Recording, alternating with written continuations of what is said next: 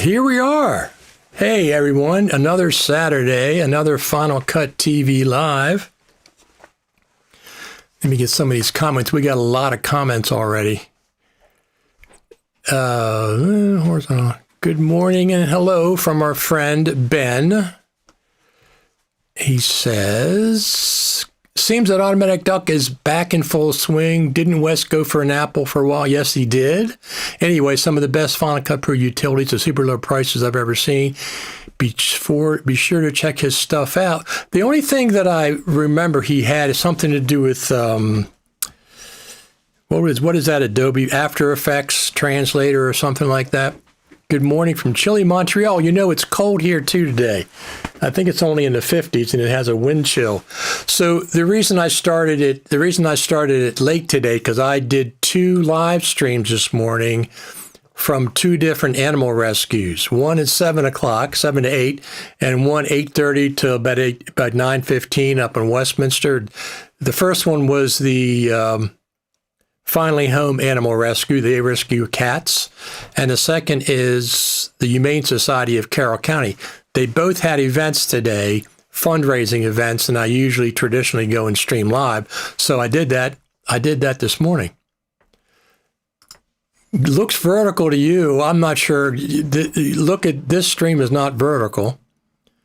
The vertical stream is on the other stream. Good morning from the Netherlands.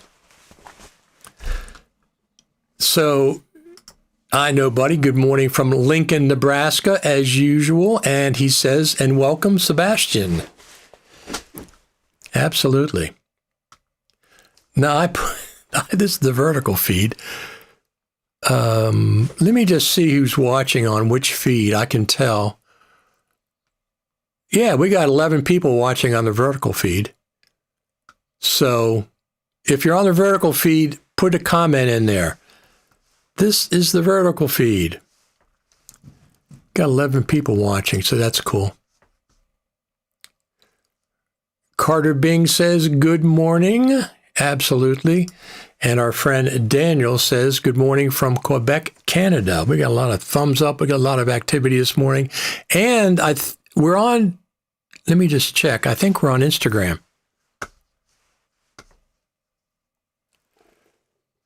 There we go. This Dwayne Lopez is on the vertical feed. Excellent. Thank you for commenting, Dwayne. So we can make sure the comments are coming through as they usually do.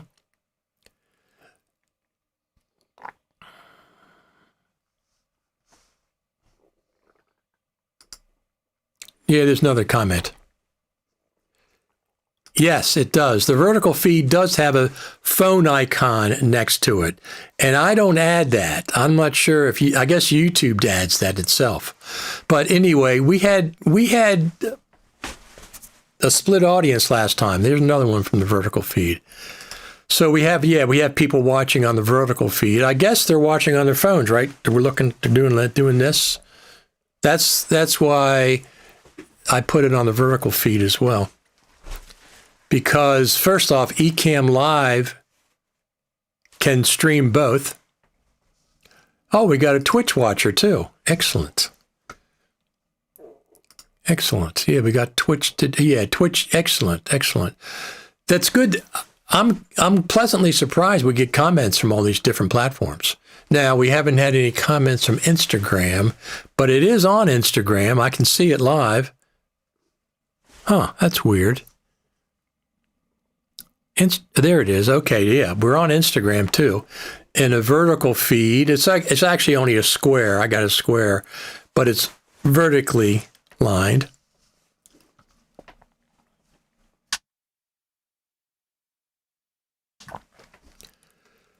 Dwayne says, I'm watching on an iPhone 17 Pro Max. Very, very cool. So the vertical feed, people that watch it on their phones vertically, is different than the typical landscape feed that I use most of the time.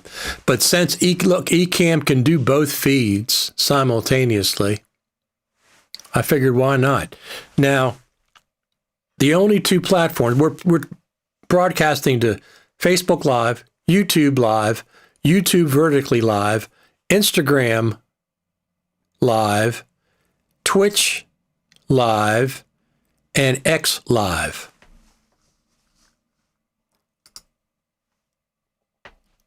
Just dropping in on Twitch, watching on YouTube, and chatting on X. You're in all three platforms.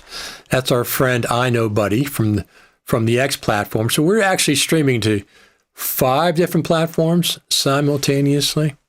So I went back on my YouTube channel.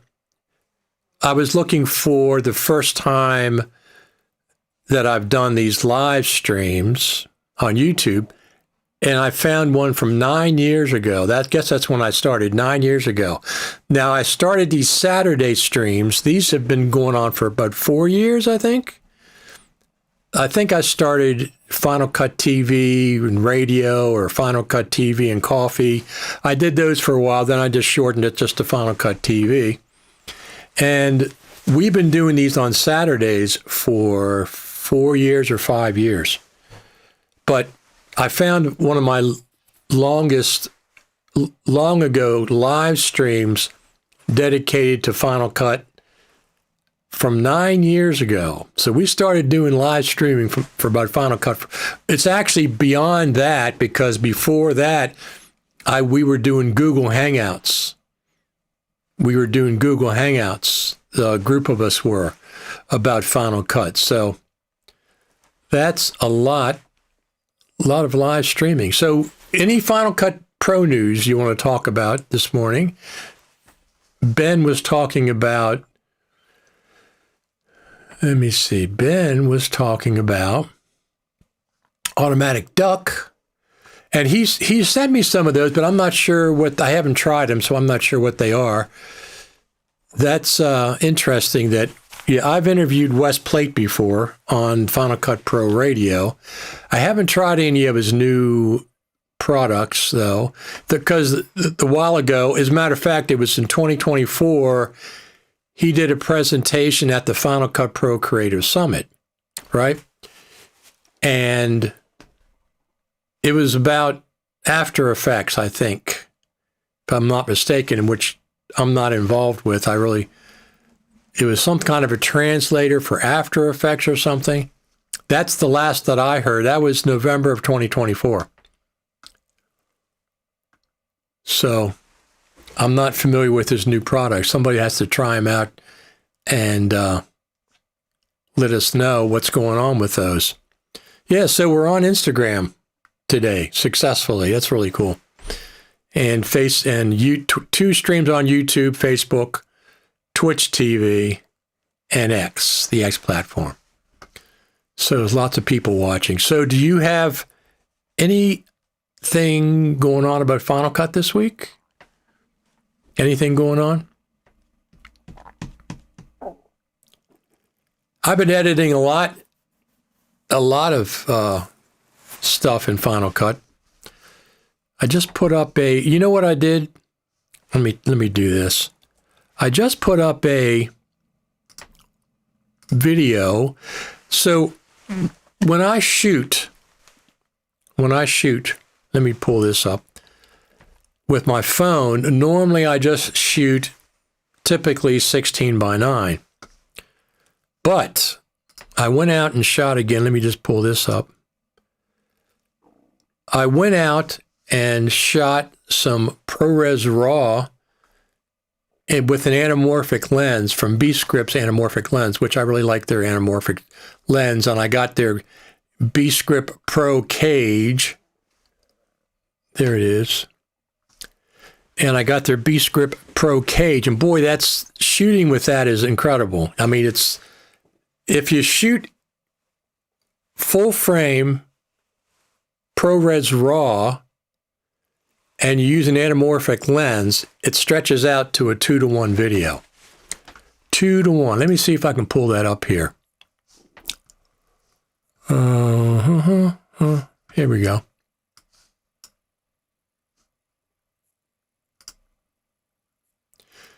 So this is the video that I shot. Let me put this up. See what's going on. So we're shooting ProRes RAW in a 2:1 aspect ratio. It goes way out here and way out here. This is not 16:9. It's been a while since I shot any ProRes RAW, shooting at open gate, and when you shoot ProRes RAW open gate with an anamorphic lens, it turns into a 2:1 aspect ratio, which is really nice. When you open this file up in QuickTime on the Mac, it says 6,000 pixels wide. Even though it's only shooting in 4,000, they're rectangular pixels, so they stretch out to be square, turns out to be 6,000 pixels wide. We're recording to an external SSD with the Hollyland Lark Max 2 USB module plugged into that SSD. Pretty nice little system. Let's see if it holds up. I'll take a picture of it. Hold on a second. Got my other iPhone 16 Pro Max. This is the system here. As you can see, it's got an SSD on top, the Hollyland Lark Max 2 USB module plugged into the SSD, and the SSD plugged into the iPhone. And that's the B-Script Pro anamorphic lens. So that is, I really like ProRes RAW on the iPhone 17 Pro Max. Now, I have not heard anything from Apple about why we have to shoot on an external SSD in order to shoot ProRes RAW. My inclination is that it's because of the RAW patent, and you can't shoot internally. You can only shoot externally. It's not about data rate, because the iPhone 17 Pro Max SSD is really, really fast. I have a 1 terabyte SSD, and it's plenty fast. But you have to shoot it externally. No information from Apple about this. They've offered no explanation why you have to shoot on an external SSD to shoot ProRes RAW with the iPhone. But I got a setup. I showed it to you in the video. It's a little teeny 2 terabyte SSD that plugs in USB-C. And that little SSD has a power at USB-C port, so you can power your phone, and it has an audio, so you can plug in audio. But it's a tiny little thing, so you can do both. So I'm shooting on the Hollyland Lark Max 2. I'm shooting in ProRes RAW with this tiny little 2 terabyte SSD. It's incredible. It's absolutely incredible. Let's go back there and look at it real quick. Where is that? Here.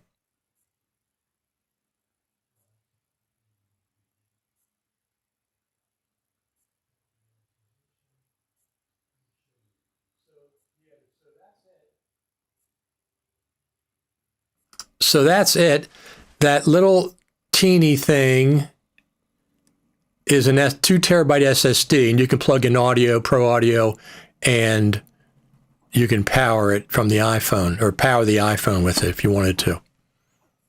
It's really nice. And then, of course, that's the B-Script Pro cage that has the anamorphic lens, and that cage can fit all kinds of phones. It's not iPhone 17 Pro Max specific, and the lens you can adjust to go over top of the proper lens, over on the iPhone. So it works really, really well. But if you shoot open gate ProRes, it's a full sensor size, and then with the anamorphic lens, it stretches it out to a 2x1. So we got this long comment, really nice comment from Broccoli in Space. Love how consistent you are with your live streams, whether there's a new Final Cut Pro update or not, and whether there are just a few viewers or not. Keep up the great work, Richard. Hopefully in a year or two, your audience grows more. Specifically, now than motion. So here's the deal. My audience is growing, absolutely growing. And we're working towards 800,000 views on YouTube. We're 760 5,000. We're going to be 775,000 pretty soon views on YouTube. Now, that's all my videos, not just the live streams. And so the audience absolutely is growing. And that's a very, very nice comment, Broccoli in Space. That's a very nice comment. Apple has acquired Motion VFX. I'm sure that'll bring in more Final Cut Pro users, which means more viewers for you and all Final Cut content creators as well. So, yeah, spread the word. Let people know we're here every Saturday. We've been doing this one, I think, for 4 years. I think there's maybe 4 years we've been doing this on Saturdays. But I've been doing these live streams 9, 10, 12 years ago, something like that. I used a similar setup with small rig case for the iPhone Pro and 2 terabyte SSD drive. Works great. So when you use your B-Script combo, how stable is your recording when walking while filming? There's no stabilization. Not for ProRes RAW, zero stabilization. If you're walking and filming, you have to use a gimbal. I have a big, big gimbal that'll take that whole setup. So absolutely you need a gimbal. There's no stabilization. It is shaky. So I only do tripod shots unless I'm walking with the gimbal. Now, those files are large. They're very, very large. That video that I shot, the raw footage, I did a tour around my property, 250 gigabytes, I think, in 45 minutes, something like that. So the files are enormous, but they're on the external SSD. I put them on there, and then pull them off of there. Just take the SSD out and drag it over to... Speaking of SSDs, these are some of my favorites. This is a Crucial, the X9. This is 4 terabytes. This is 4 terabytes. This little tiny thing. I have 2 of these. I bought them a long time ago before the price went up on storage and memory and everything. But the one I used in that video is half the size of this, and it has 2 USB ports, one for power delivery and one for pro audio. So that's a 2 terabyte one that I use, and it works. I filmed 45 minutes straight the other day. I had one interruption. I'm using Blackmagic camera app because it de-stretches the anamorphic. I can see what my framing is and everything with it. So I use the Blackmagic camera app for that when I'm doing ProRes RAW, OpenGate anamorphic. Our friend Alista, good morning from Jamaica. Absolutely. I used a small rig Brendan Lee case. I have bought, how many cases that I've bought that are custom fit to a phone? And then the next phone comes out and they're no good anymore. So that's why I went with the B-Script Pro cage. It's a bigger cage. It does not work on a small gimbal. You have to have a large gimbal. Now I have a gimbal that's the payload is 6.6 pounds. This setup is about a pound and a half, so it's got plenty of room. And I can put on a neutral density filter if I wanted to and stuff. So I really like the B-Script setup, and I like their anamorphic lens. I think it's one of the best ones out there. But I still have a small rig. No, is it a small rig or some other? It's a Brendan Lee case, yeah. And I have the handles that detach quickly and everything. But that was for the iPhone 15, I think, Pro Max. So that's the only thing it fits because it's custom fit. It's custom fit. So that doesn't work for me. I don't want to buy a cage every time I get a phone because I get a phone every year. So last year, I got the iPhone 17 Pro Max. I have an iPhone 16 Pro Max, and I traded in my iPhone 15 Pro Max on the 17 Pro Max. This year, I'll keep the iPhone 17 Pro Max, and I'll trade in my iPhone 16 Pro Max to Apple. Because they make it easy. They send a carton, you can send it in. It's a no-brainer. They give me about 50% what I paid for it, but it's easier. They make it easy. So that's what'll happen this year. I'll probably get the iPhone 18 Pro Max as long as there's an improvement in video. I don't care about photographs. I don't care about making phone calls. I just care about video. If they improve the video, I'll get it, because usually I do. Good afternoon. Can you give a brief overview of topics you will cover? Well, we've already covered multiple topics, but when we get Sebastian on here, we're going to be talking about DCPs, digital cinema packages for films. He's a genius when it comes to that stuff. He really helped me this time. I had a film last Sunday, and I had to get the DCP package. And let me tell you something. It's complicated to do DCP. I mean, there's settings and settings and this setting and that setting. But we'll talk about that when Sebastian gets on. He'll be on in a minute. I know the custom fit stays with the phone, but I don't get a new phone every year. I'm skipping a few models, maybe every 4 or 5 years. It makes perfect sense then. It makes perfect sense. But I get a new one every year. The reason is because, like in that video, I had the one phone with the anamorphic lens, my iPhone 17 Pro Max, and I took a picture of it from my back pocket with my iPhone 16 Pro Max. I need two phones because I videotape, and I often have to have a second phone, second video camera. I also have a DJI Action 5, and I'm looking this for the first time. I'm looking at these little pocket cameras that they have, the little stick cameras.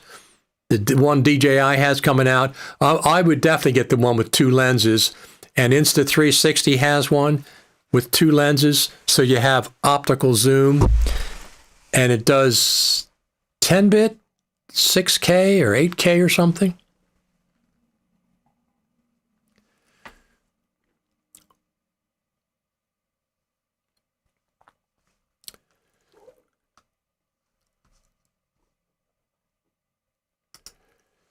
The gimbal you're using for your bigger setup, which gimbal is that, and would you buy it today? Let me go get it real quick. I'll show it to you.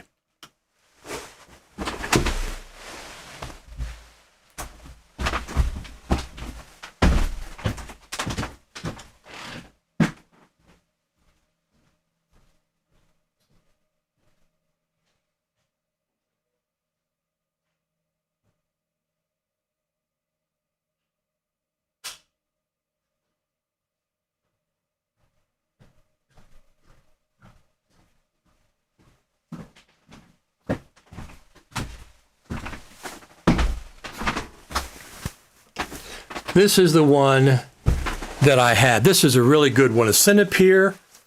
It's a Cinepeer. And it's got like a 6 point something pound payload. Now I have a second handle on it for my microphone, but it's a really nice gimbal, and it takes this whole B-script cage with the anamorphic lens, and I have another neutral density filter lens I can put on there. And it's not that big. It's definitely heavier than than my Insta360 Pro Max 2, whatever the heck it is. But this is the one I use. It's Cinepeer. And it was about $200 or $300 when it came out, and it works really, really well. Really well. So put that down over here, out of the way. And then we're going to get, let me see, a couple more questions.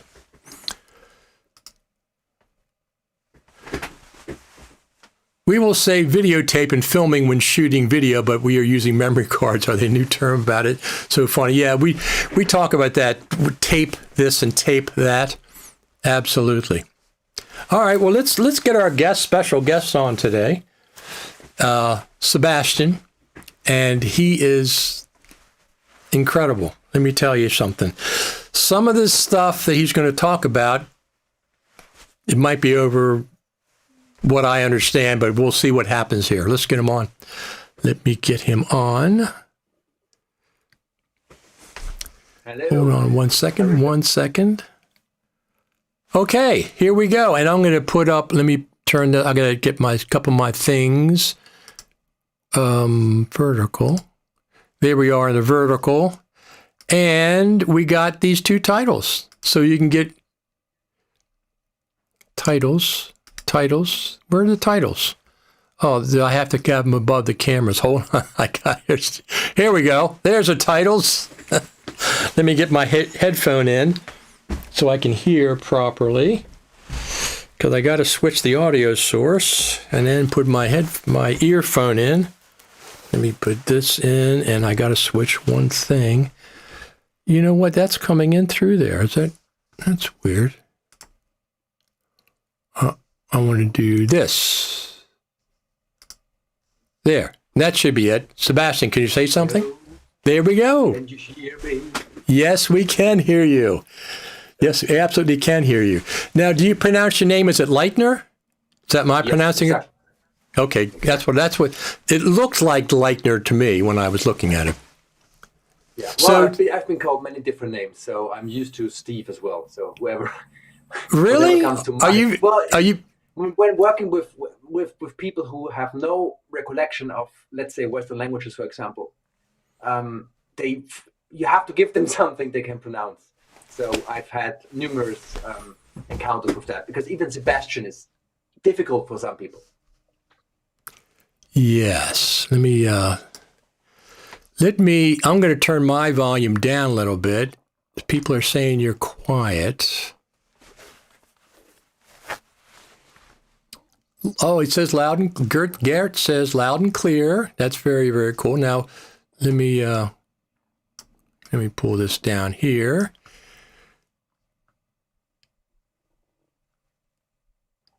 Yes. So one of the questions, let's talk about this for a second. Any news about Final Cut Pro at NAB 2026? Now, did you follow anything with NAB, Sebastian? Not really. I follow your streams a lot, and we've been in constant dialogue. But I don't really follow it because I know that I won't go there. It's just too far and too expensive. It's both. It's both. It's absolutely. Exactly. And also, I have to say, as a fellow Final Cut enthusiast, there is very little incentive to really push myself to actually follow it if there's no real news. So let's see. So people we don't know what's going on with the Final Cut Pro Creator Summit. Nobody's telling us anything. Well, when I say nobody, it's not FMC who puts it on. It's definitely Apple, because FMC, whenever Apple's can do it, I mean, Apple has a lot of juggling to do with the Creator Summit. They got to schedule us for the Spaceship Campus, which is really cool. They got to schedule the Final Cut Pro Apps team. They have to, and one of the other things I keep on saying, there's no sense in having a Creative Summit without a major feature update to Final Cut Pro. Otherwise, it makes no sense to have one. So they have to coordinate the summit with the major feature update to Final Cut Pro. So they just had one January the 28th, the 12th. So the soonest they're going to have another feature update is 6 months. That's about the soonest for a feature, not for, what was that? They jumped from 12 to 12.2 with the little bug fix. What was that? You have to know. I don't know. It seems like they removed stuff from compressor. That's not an update. That's going backwards, isn't it? That's going backwards. Removing things. We're going to talk about a lot of things that used to be in Final Cut Studio, but are lacking now. Yeah? Right. I already sent you some links, which is still baffling, because there used to be things that did cinema conversions and cinema to whoever remembers the old Final Cut Studio, it had its own app which was called Cinema Tools. Right. Who is that app? Who took care of that? Who deleted that? Well, so since you helped me with the DCP package last week, did Cinema Tools have DCP capability? It's a little bit more complicated. Okay. The Cinema Tools were initially designed for analog film to be transferred to digital, and then of course, to do frame rate adjustments, conforming, But Right. That's what it was. compressor, until version 4, had 2 to 3 DCP plugins. So with the old compressor, you could choose between 2 or 3 DCP creation plugins, and even one of them was from Dolby itself. It died in 2017. All of those plugins were immensely expensive. They all cost around $800. Which we'll talk about later because it's related to proprietary code and licensing fees, blah, blah, blah. But this is what I'm talking about, that until 2017, there were numerous ways to do digital cinema mastering in the Final Cut Studio Suite. And that included DCP creation for cinemas, which is completely gone. And now even the Dolby codecs are gone. Okay. Because I was pleasantly surprised when I found out that DaVinci Resolve does DCPs. So not only can it make DCPs, but it can play them back, which Final Cut can't do either one of those. Yeah, the studio version. So Final Cut can't do either one of those things. It can't make a DCP, and it can't even play them back. And you told me that was because what? There's numerous reasons. First of all, Apple hates proprietary code. So they don't put in OpenAI whispers for multi-language captioning because it's proprietary code. It's not their thing. And it's not their code. And same with DCP. So Blackmagic bought a proprietary DCP library, like a codec library with all of those algorithms attached. And they put it in Resolve, and it was very quiet. It came out with version 15, it started. Okay. And it was very quiet. There was no announcement. It was just there. For a year, it was sitting there, and nobody knew about it because they kept it quiet. Why? Because before that, and they still use easy DCP licensing, which means they have a third party who bought into Resolve to offer their very professional easy DCP editing, encoding and decoding engine, plus encryption, plus. So that means that they didn't want to lose the deal with them. They still support this. They still have this option that you can buy or rent EasyDCP as a plugin for Resolve. EasyDCP is basically the standard for any post house worldwide. Usually people have EasyDCP. It's a player and a creator software developed by the same developers that came up with MP3 and MXF in Munich, Germany. Okay. And anyway, it's a very complicated, very expensive proprietary code. So Blackmagic bought that, put it in, but it was very quiet about it. And in version 15, they first announced it and made it public, and it began to grow. It has not changed much because DCP, we'll talk about that later as well. DCP is very old. It's called legacy, but it's still the same as when it came out in 2004, 2005. So it's kind of this, it works, don't touch it. We did some additions, we did some updates, but they are experimental still. The original format is still what every cinema in the world expects can play. So this is kind of the safe thing. The only safe codec, the only safe format we have in video is this old DCP format. Even broadcast, every channel has different approaches to. Really? I never thought about broadcast. I know my films, we played it, this is the fourth time we played it in the theater. The first two times was at the Silver AFI Theater in Silver Spring. They made the DCP for us. All we had to do was give them a ProRes master, which we did. The second theater, Greenbelt, we have to give them the DCP package, the file, and they transfer it to their system, whatever they have to do. But in both cases, there is DCP involved. So if people don't know, DCP, digital cinema package, it's what all theaters require these days, or most 95% of them require that? If it's a real cinema, and a real cinema means it's DCI verified. And DCI is the Digital Cinema Initiative, which was founded by the 5 or 6 big Hollywood studios in the early 2000s. So whatever DCI, and you know that, Blackmagic and iPhone, they have DCI resolutions. DCI pops up in lots of places. So DCI invented something that became and is still in use since the early 2000s, something that has the same, if not superior quality to analog film screening, completely digital, plus encryption, very high and complex encryption. So when I worked, I was a post supervisor at the National Archives, and we had a theater, and we had real film projectors, and we were just transitioning to DCP because we would get films from Hollywood, films to play from Hollywood, and they have to protect those films. And the DCP packages, it would come on a hard drive. Not only were they encrypted and you had to put the key in there, but they had a date limit.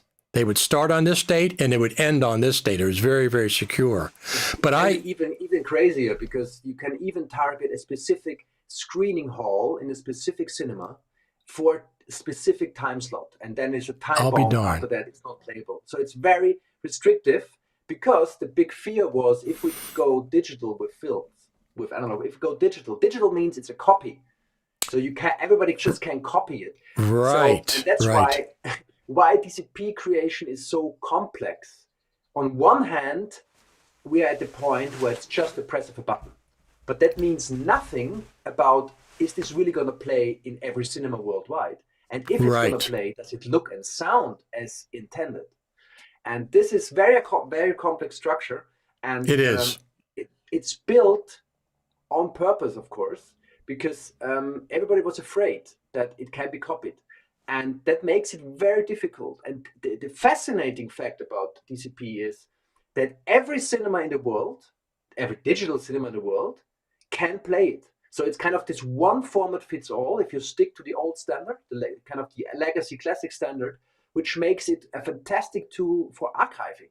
And you can play it in 10 years, you can still play it or transform it to a new package. Okay. And it's built in a way that is, it's called package for a reason. You can go in and change assets, keeping things alive, adding subtitles, adding audio tracks. So it's very close to a broadcast format where you have different languages or different screening formats.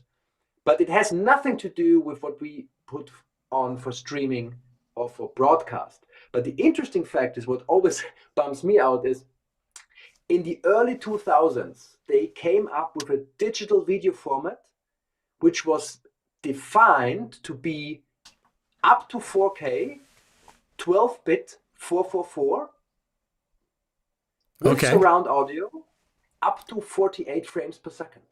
And this is the early 2000s. So if you think back, we are now at the point where technology, cameras, can record and produce these formats.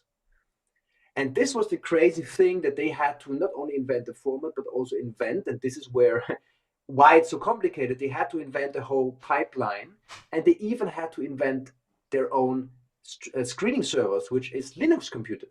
Every cinema screening server is a little Linux computer. Exactly. It only reads Linux hard drives. Exactly. Exactly. Yeah. So we got the fuss starts. Yeah. So it's a comment from our friend. It seems like Apple is mostly focusing on content creators. When you're saying Apple, of course, you mean Final Cut Pro / Apple Creator Studio. So here's another comment here for you, Sebastian. If I understand you correctly, DCP is like Blu-ray licensing, target by region, et cetera, not just a copy protection, but also can select where it can be played. They can really lock it down. It's just the other way around, because of course Blu-ray followed DCP because DCP is much older. But first came the DVD. So the whole thing, Hollywood went crazy when they invented a digital option, because everybody was afraid of piracy, which was already a problem before that to some extent. But even digital means you can just grab something from a hard disk and transfer it somewhere else. Right. So do you like Apple Creator Studio, the bundle of not the 9 apps versus the standalone? I mean, do you have a preference, one or the other? I have both. My problem is that I've talked to Chris Hocking from Cafe. We're in constant exchange as well, because I also developed my first apps now at the moment. I can talk about this a little bit later as well. To fill the holes in the workflow pipelines, because there's specific holes that Apple has not addressed. Yes. And there used to be apps, but they are not available anymore, or too old, or got out of business. So I have both, and the Creator Studio, and this is what I talked to Chris about, is a little strange for me with the subscription. So I have I have some strange alerts, messages, some things, pop-ups, they don't work. So there is kind of the constant licensing checking for every plugin, for every motion template, for the app itself is a little buggy. Let's see what happens later when they bring out updates. But I've been a Final Cut fanatic from the early days, from the early studio days. Final Cut Studio, of course, Final Cut 6 Studio, Final Cut 7 Studio. Right. But I'm a huge enthusiast still about Final Cut Pro 12 and also Creator Studio, which is a better deal for people coming into it, of course, now. Right. That being said, compressor is great, it's there, yes, but like I told you before, it's strange that they start removing stuff. Like with the DCP, they removed, with the transition to compressor 5, they removed other stuff as well, but no DCP plugins are available anymore. And now they remove kind of Blu-ray completely. So it's kind of this yes and no thing where I say, I can see where you're targeting and where you're going.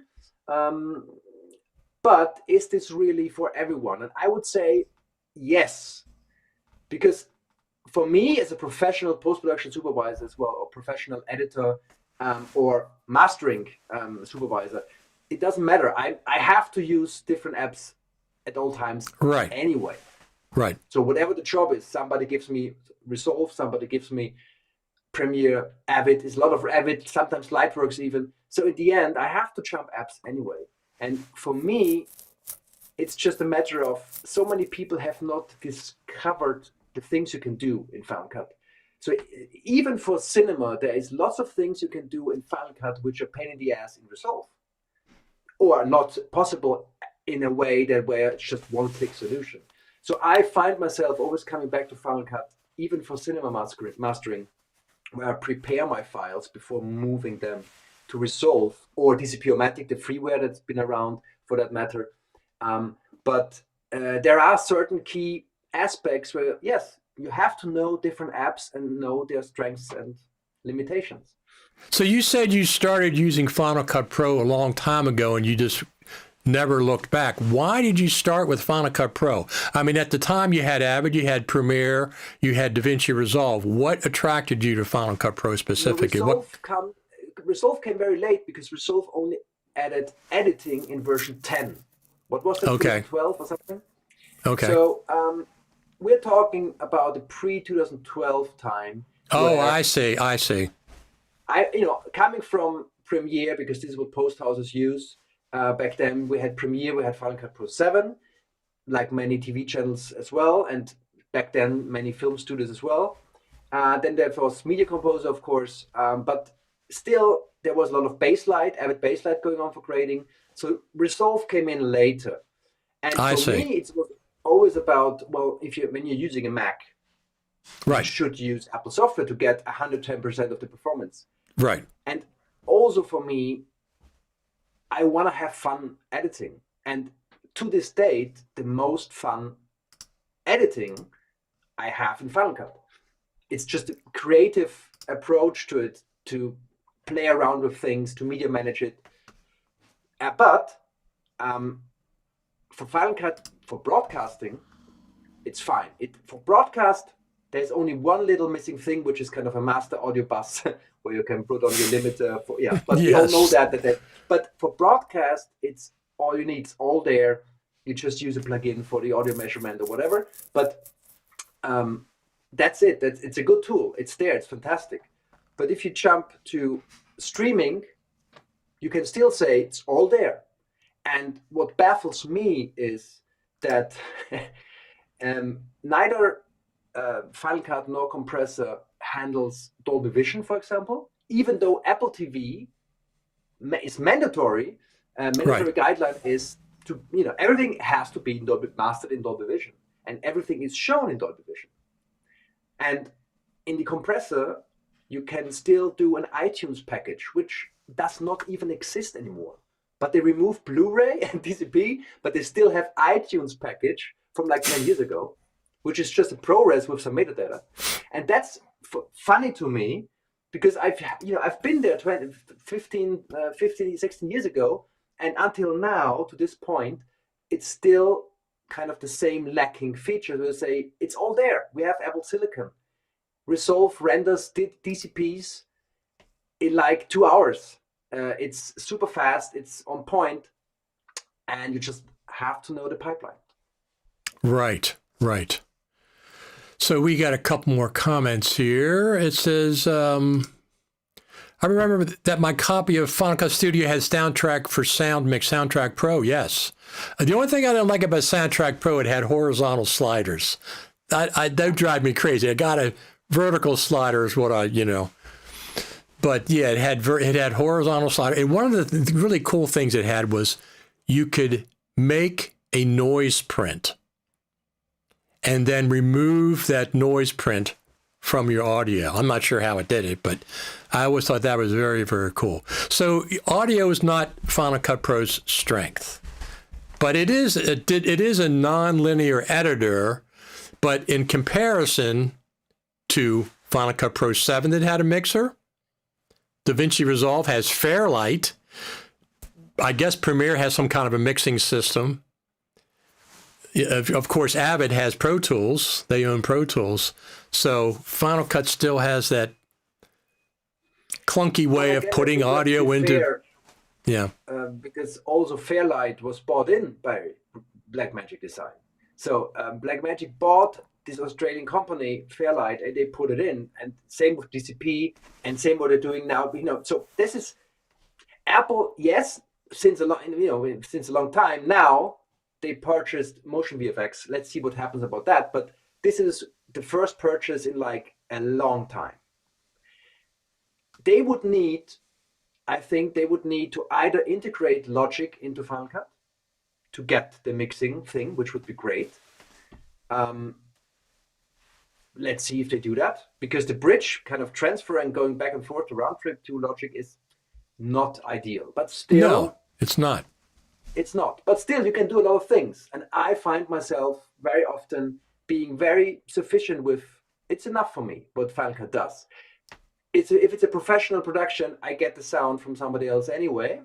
Right. And it's not my job as an editor or DCP mastering to take care of everything.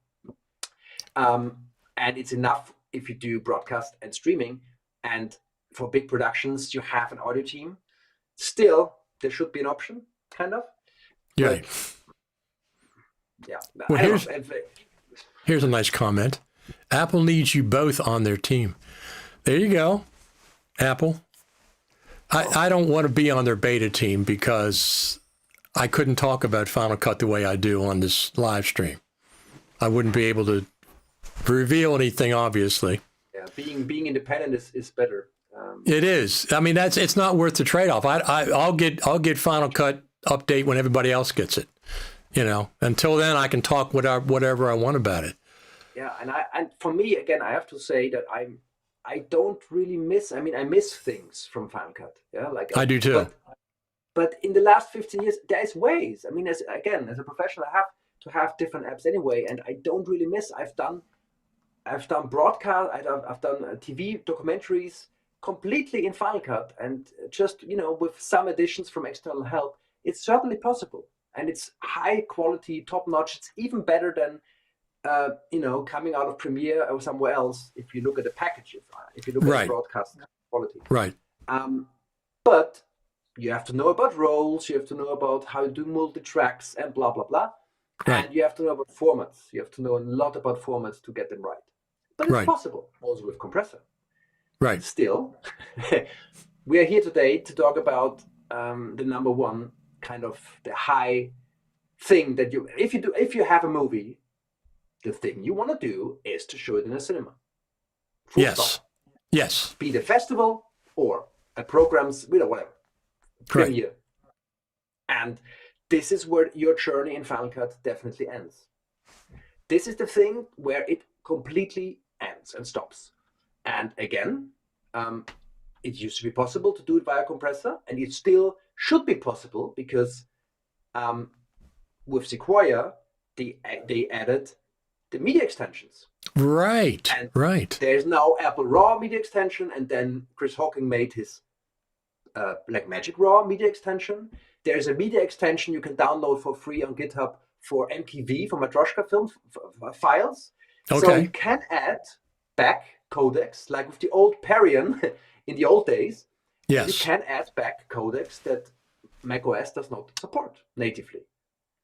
Sequoia, but only now they're popping up. So my question is, when will be the time where somebody comes up with, a DCP media extension? The problem with that, DCP is not just a codec or format. Right. And this is a thing. This is what I mean. You've experienced this, that it's a folder with all kinds of things in there. Yes.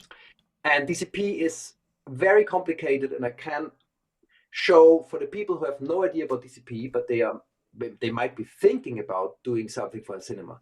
Very often what happens is you do a TV commercial or a web commercial for somebody, an ad, and then your client tells you, yes, but I want to show my business in the local cinema.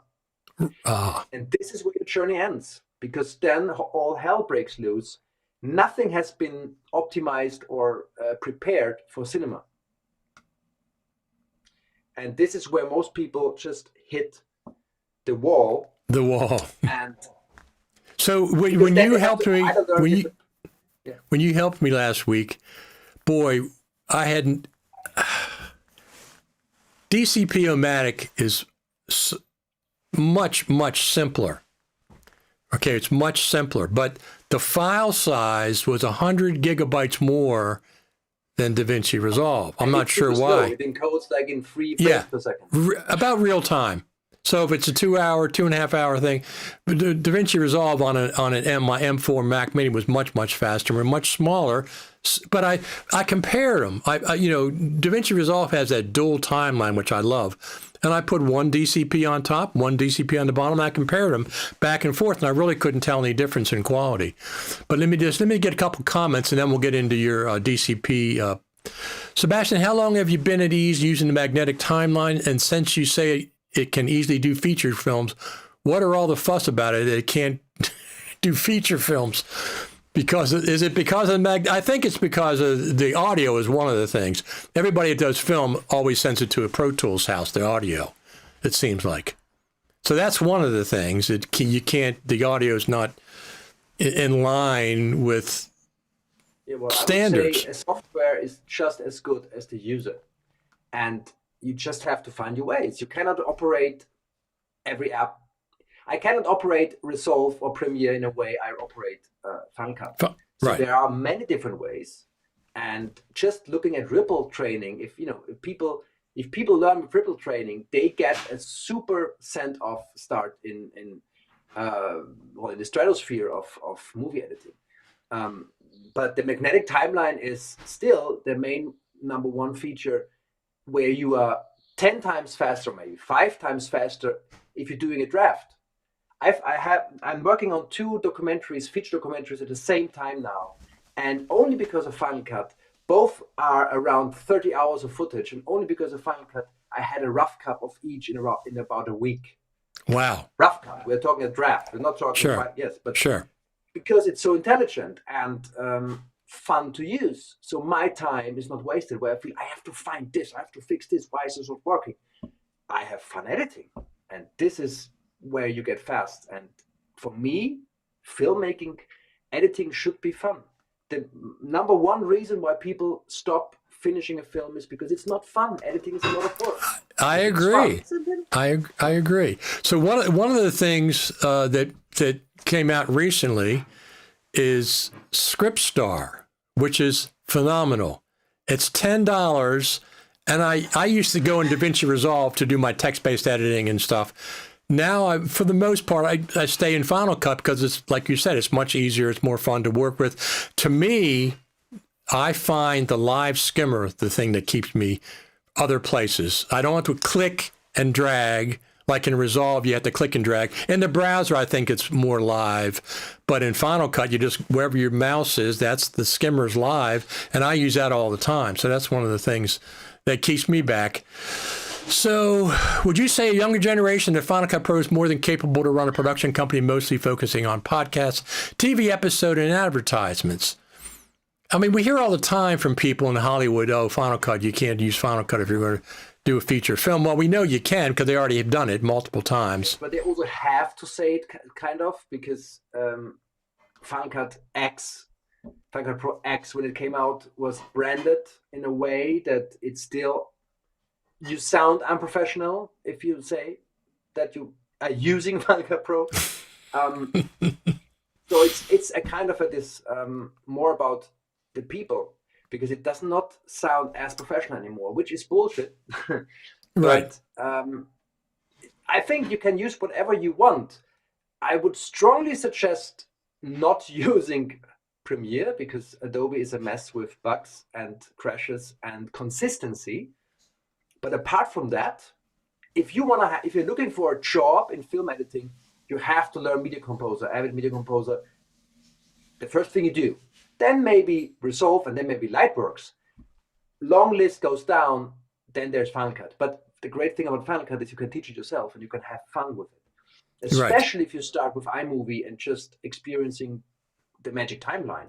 And I think this is laughed at by many people, but Apple is very clever in bringing absolute beginners and consumers and hobbyists into the ecosystem. So why not make use of that and understand their creative approach? And iMovie does it, and Final Cut does it. You can start right away drafting with the magnetic timeline, building something, and then you figure out problems that you might run into. And it's so well documented that you can just look into help and you immediately find answers. And there's a great community helping you.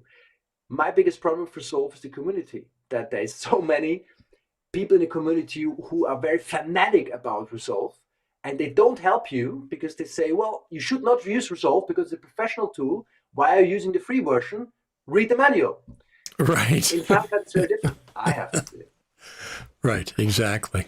So if people don't know you, you're like one of the moderators on the biggest Final Cut Pro group on Facebook, right? Final Cut International? Yes, it is the biggest group. It has been for a long time. Final Cut Pro Internationals, Editors International. And we have all the big developers. We have Chris Hawking. We have Intelligent Assistant. What is it called? Intelligent Assistants. Philip Hodgetts and Greg Clark.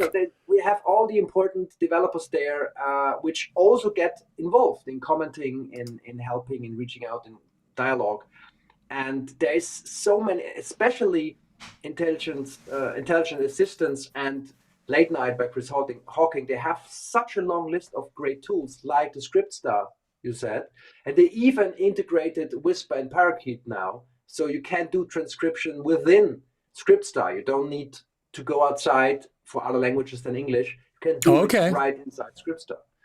So the list is long of people who come up with helps to fit into the holes Apple left with Final Cut. Again, you know this, when they announced Final Cut, they specifically said they want to have an app where people can contribute. They want to build something where third-party developers can come in. And somebody already commented about this. Cinema is still a very little niche. Yes, it is. Most users, even with Resolve, I mean, people use Resolve for TikToks. So there is no real big market crowd for cinema. Usually you give this to a professional or to a cinema, to a festival, they do it for you. Doesn't mean it will sound and look as you would like it to. That's the issue. That's the issue.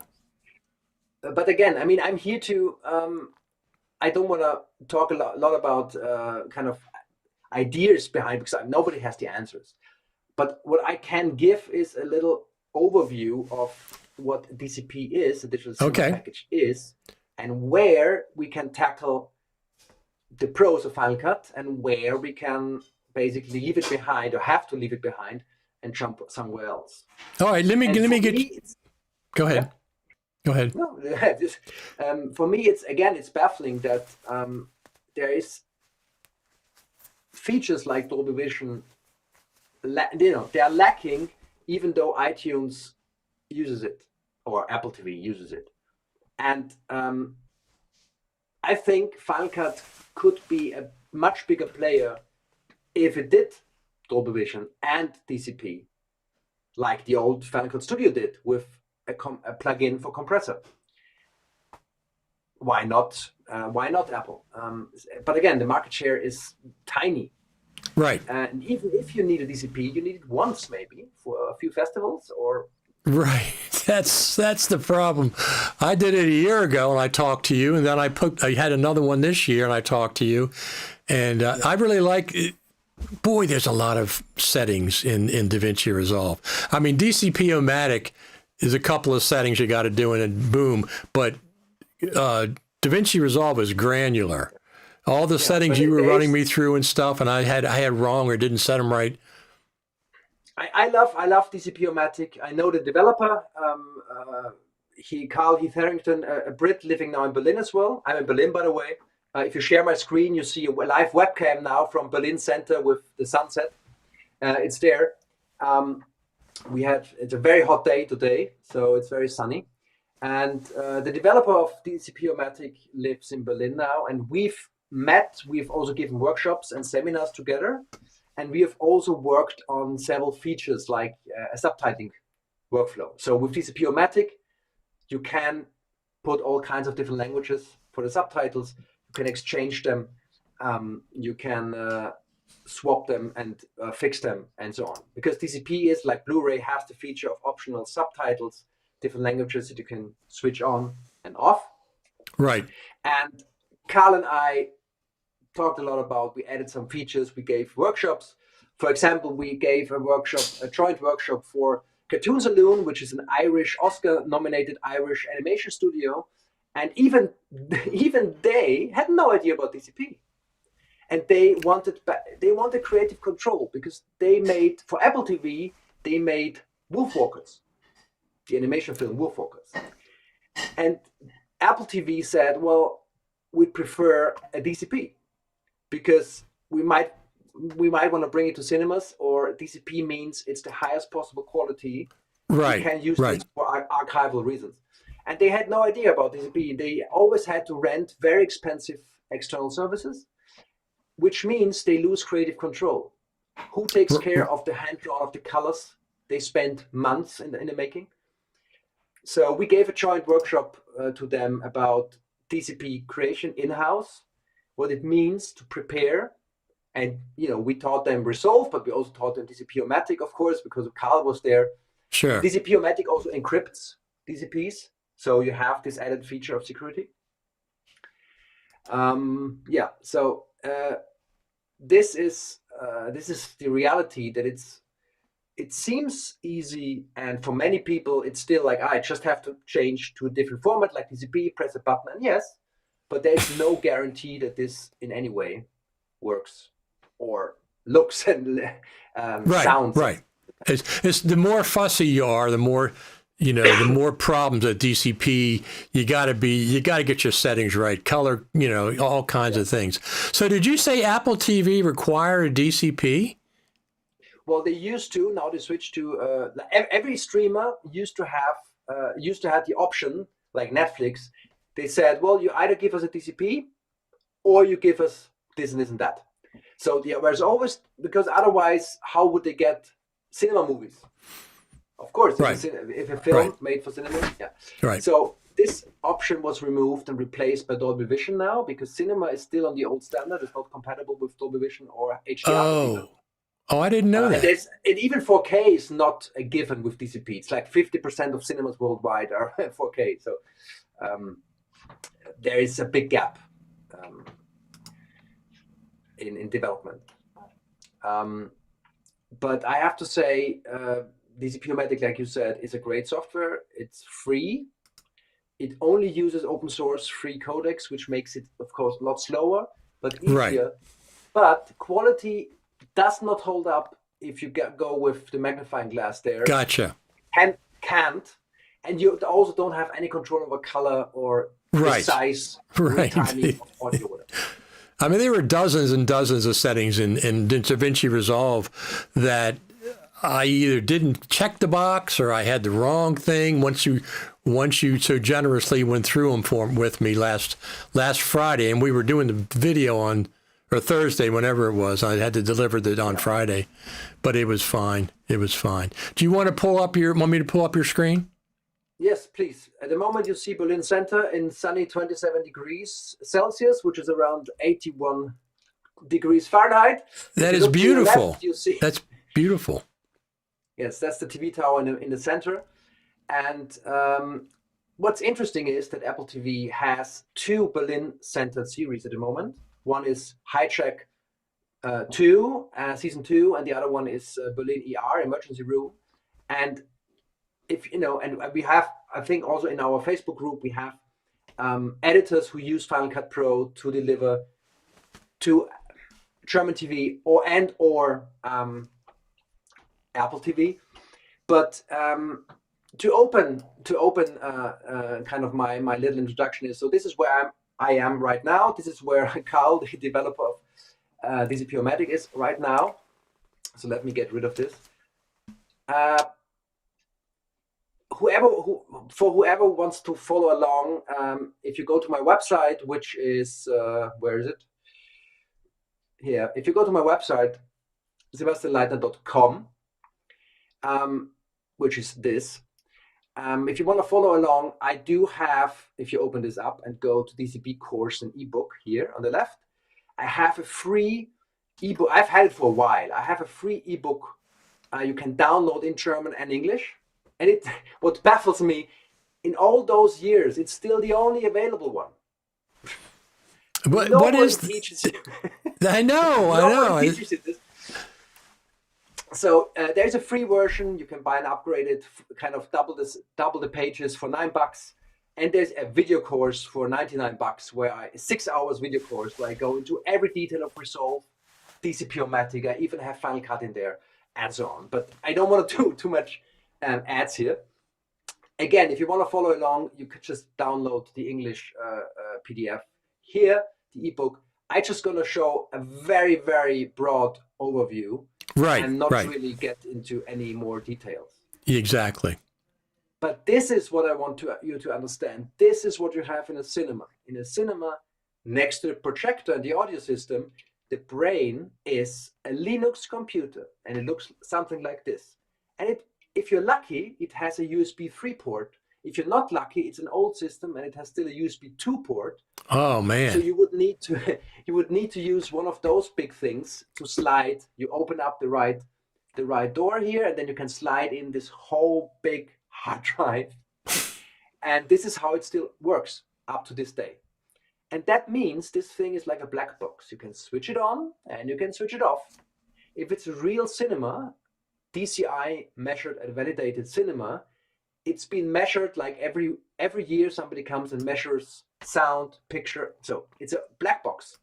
Right. It either runs or it does not run. Right. Exactly. Is it in sync? Does it sound good? Does it look good? Exactly. So it's a complete black box. And the way DCP works is completely different, because if you look at the left side, KDM is the encryption. We're not going to talk about that. But even the encryption is transferred on a different layer to a cinema. So it starts with already 2 forks where it's transported to a cinema, and picture, audio are separated. Picture is, every frame is one big photo. So like in the analog days, every frame is a picture. Right. And this is the only way how the Linux system can use those high quality files. I mean, I remember what I said in the beginning. Right. Since the early 2000s, it's up to 4K, 12-bit 444, up to 48 frames per second. And on top of that, it's surround audio, plus subtitles, plus encryption, plus a bigger color space than Rec 709 that we use for broadcast or, on the web. Right.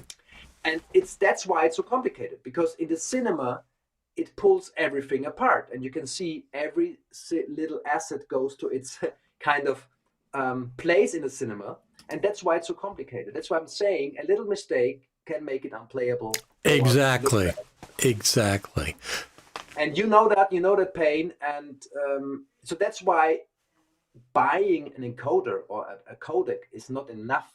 You have to support this environment of different syntax and different algorithms, because this is what a DCP looks like. At the bottom, you see it's a folder, and in the folder there's several different files. And there is the video track, which is the J2C MXF, and then there's an audio track with up to 16 different waves, depending on how many channels you have.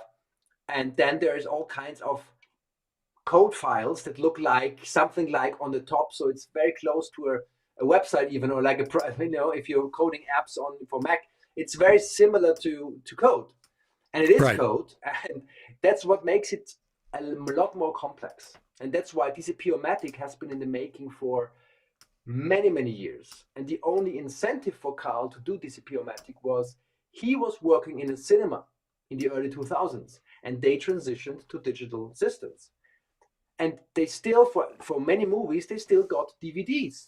Okay. That was the only digital transfer medium back then in a high quality.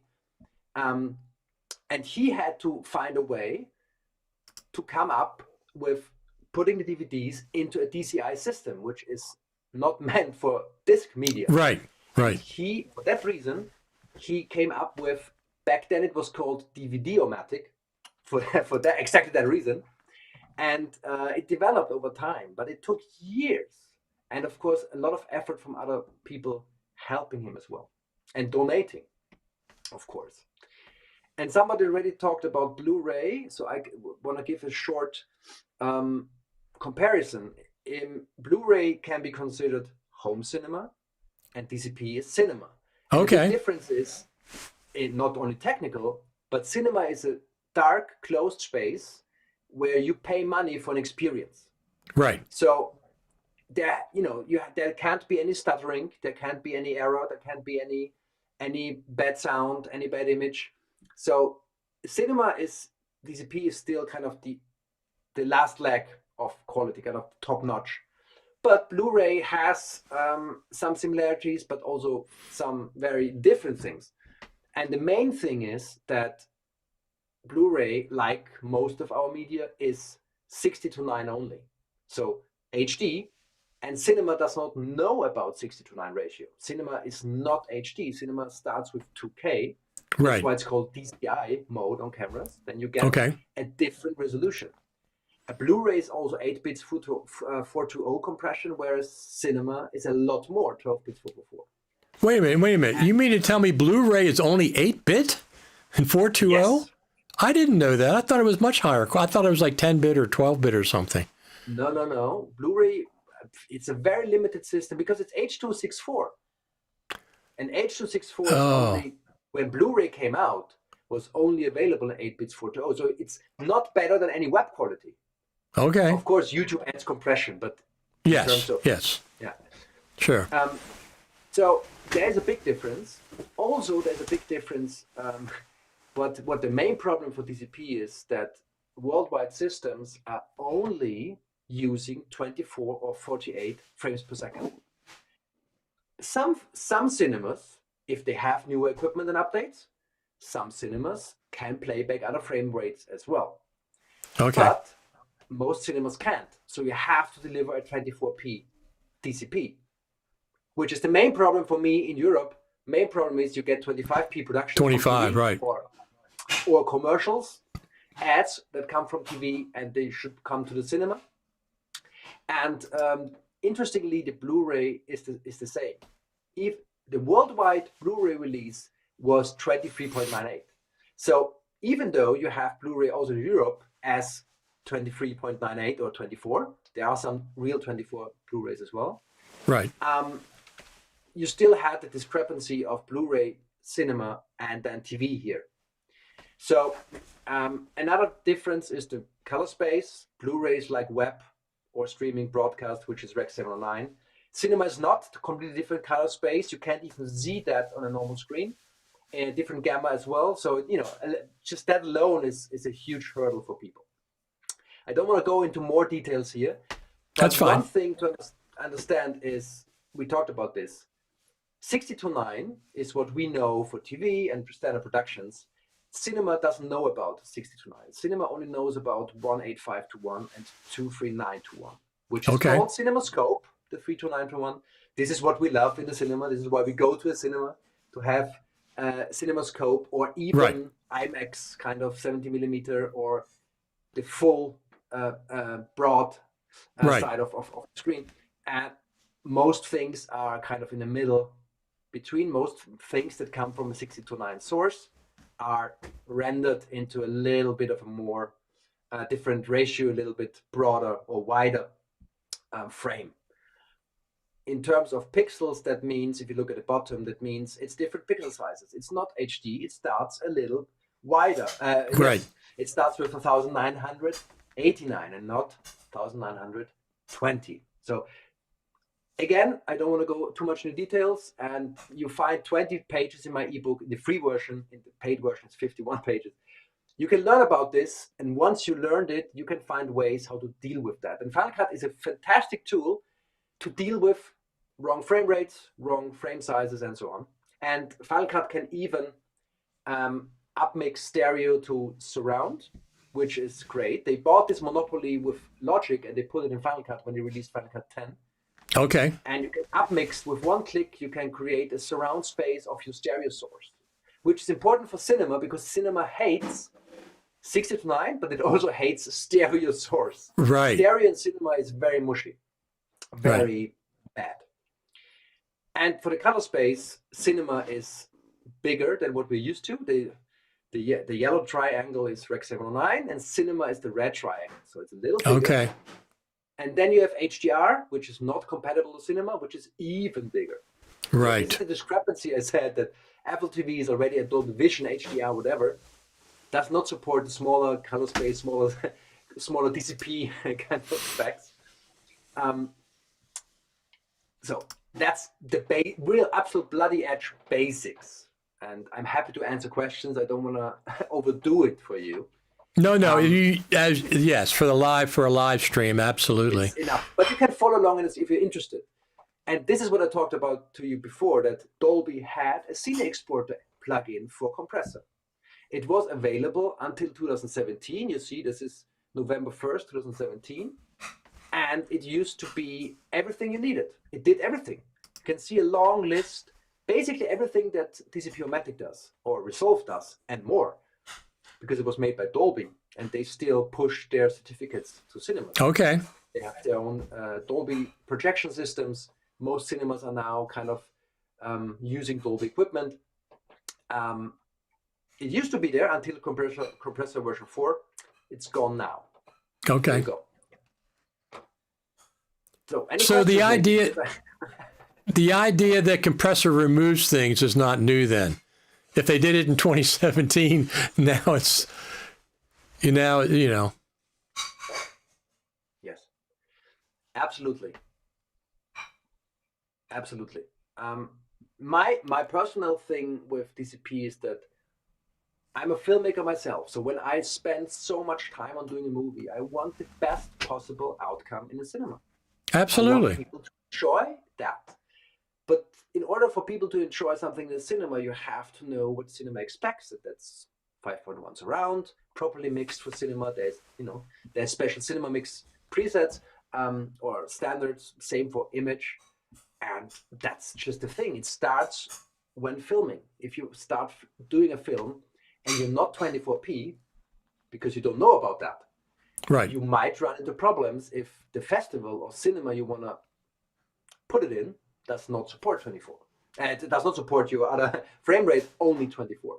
Right. Now, let's go into the B-Raw plugin thing that you have. Now, tell me, before we start on that, so Chris Hawking has been working on this B-Raw plugin for a while, and now recently he came up with some kind of a native.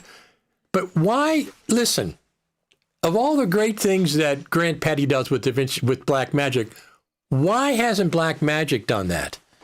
They have tons more resources than Chris has. They announced it. They announced it 2 years ago.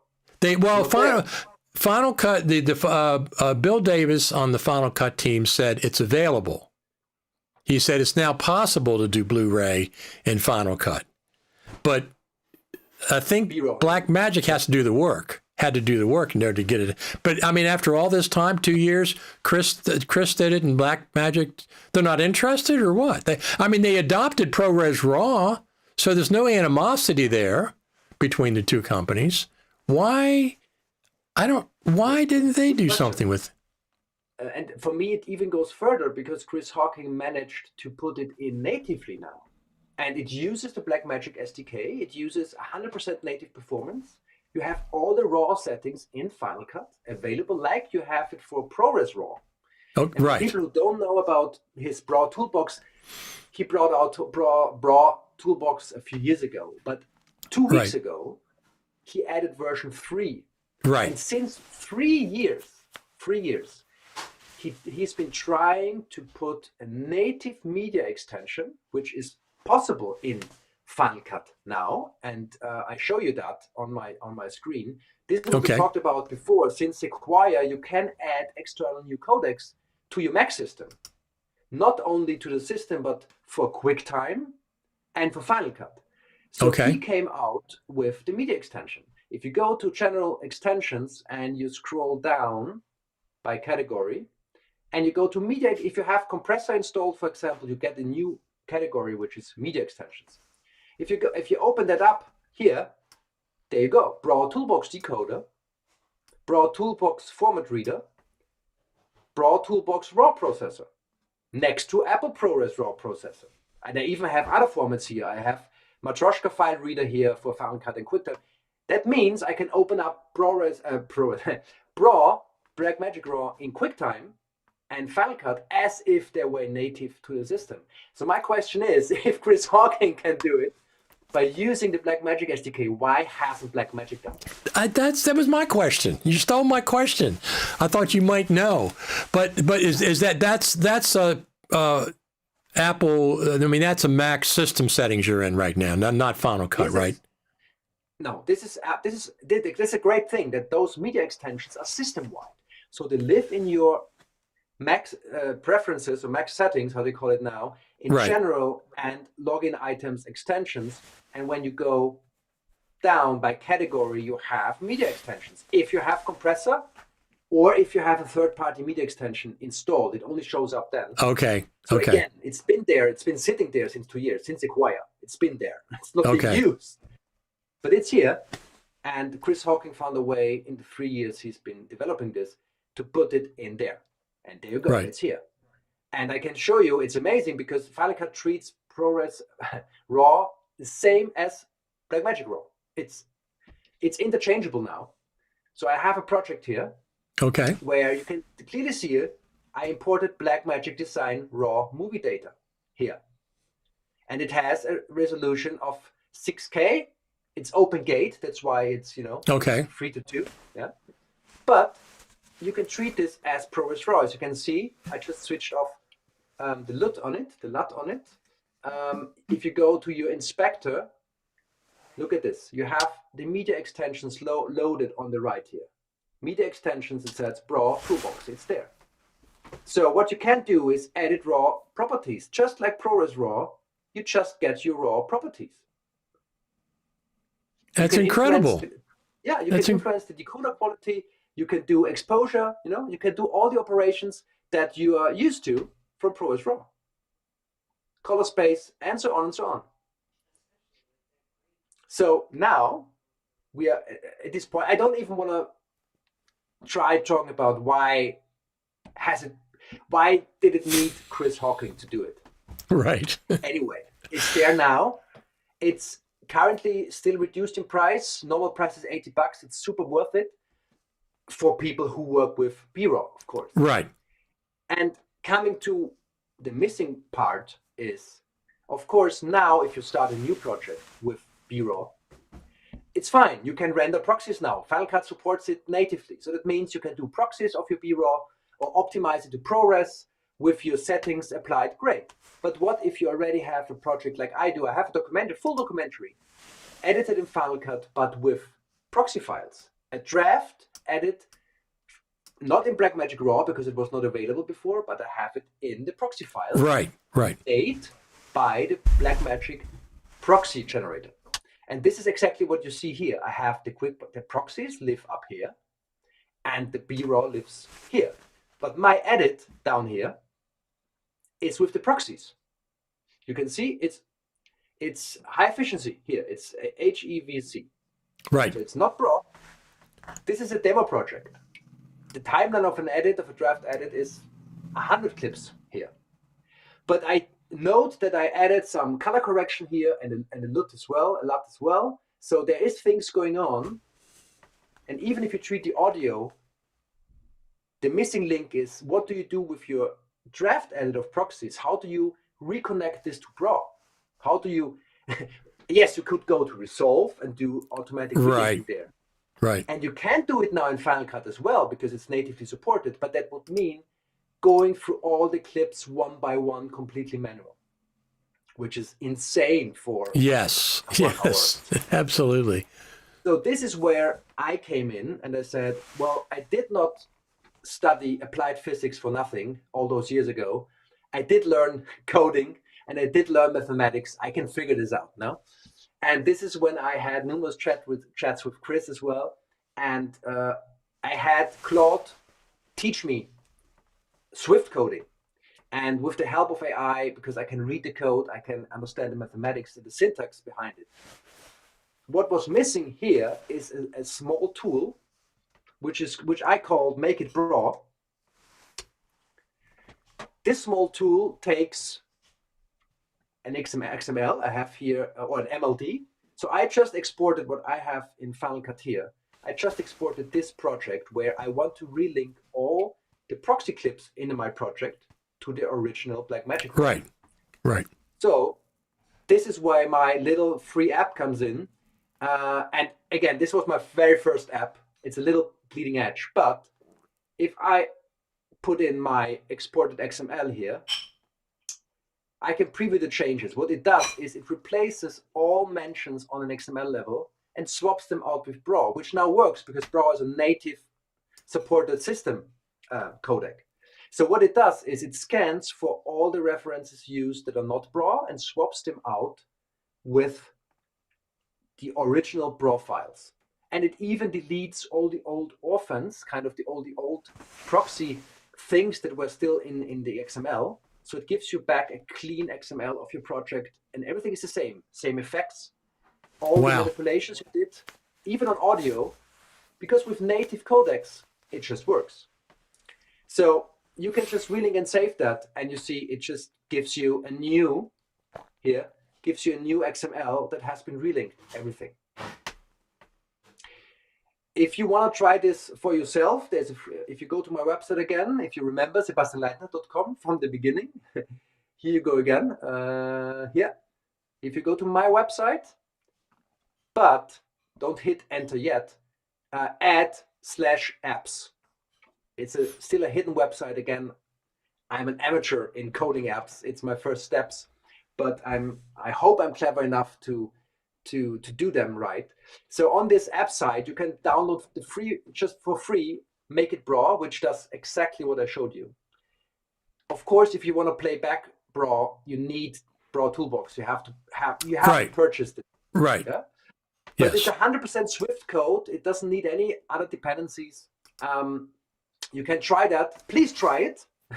please do, and find the feedback button. If something doesn't work or you have questions, hit the feedback button, which creates an email to me, and that's it. So please help me making it better. Better, right. But that's not all, folks.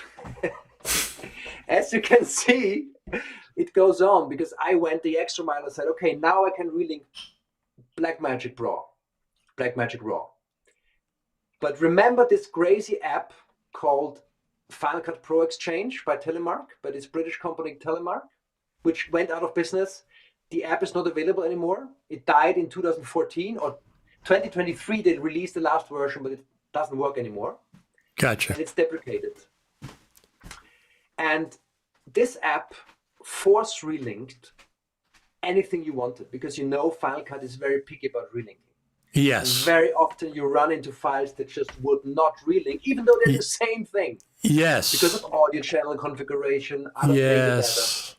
And Final Cut Pro Exchange by Telemark came up with a stupidly great logic, because they said, I'm playing dump. I'm relinking on a database level.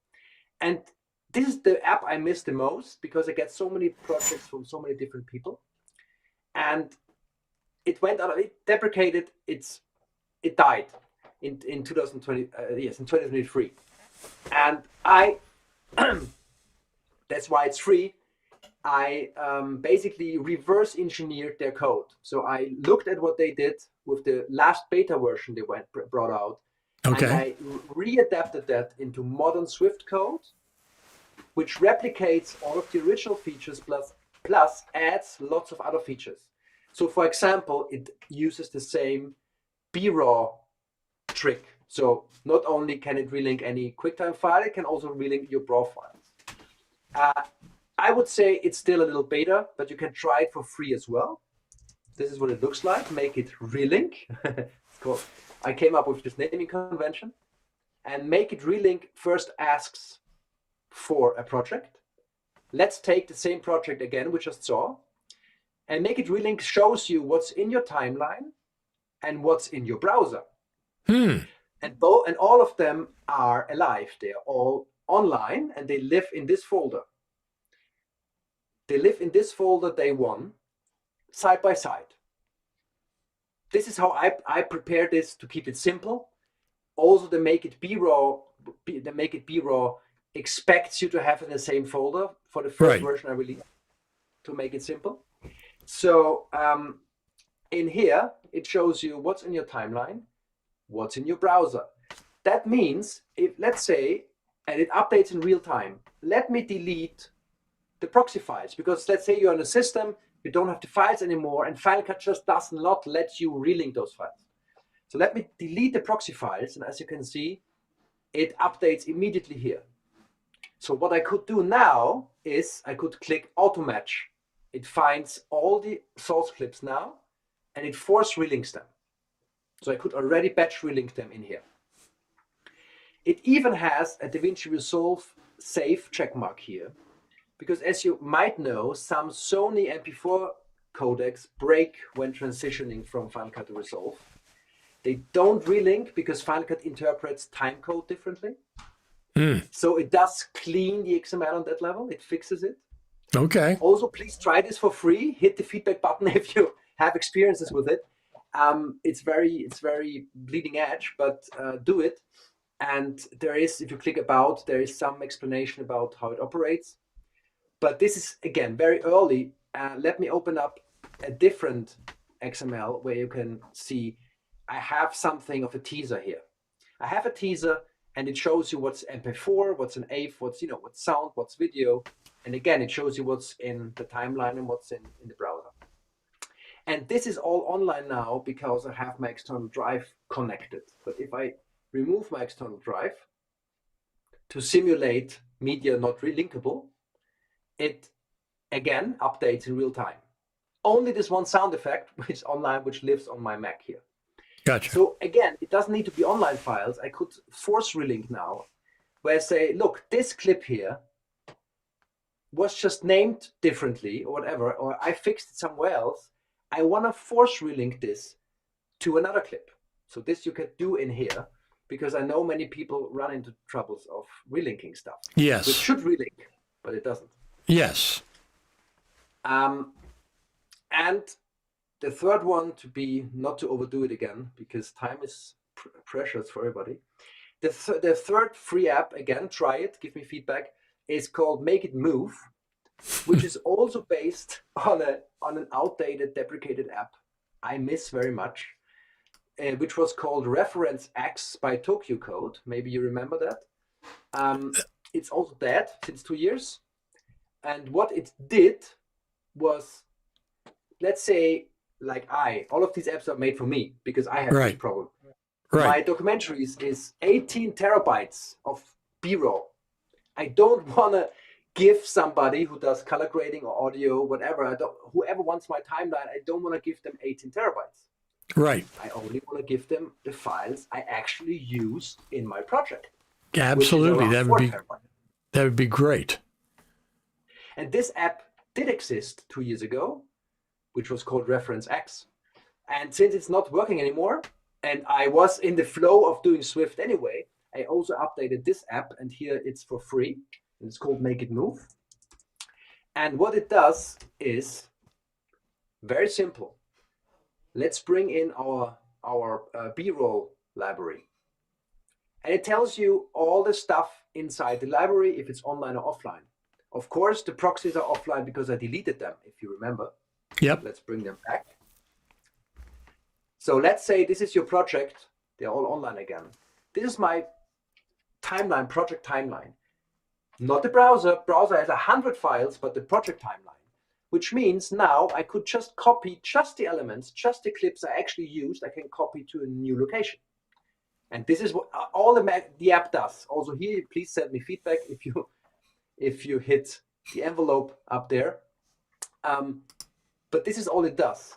And if I select the folder here on my desktop, make a new folder, it copies all source material. There you go. Now I replicated a bug because I haven't given it access to my desktop yet. So forget about it.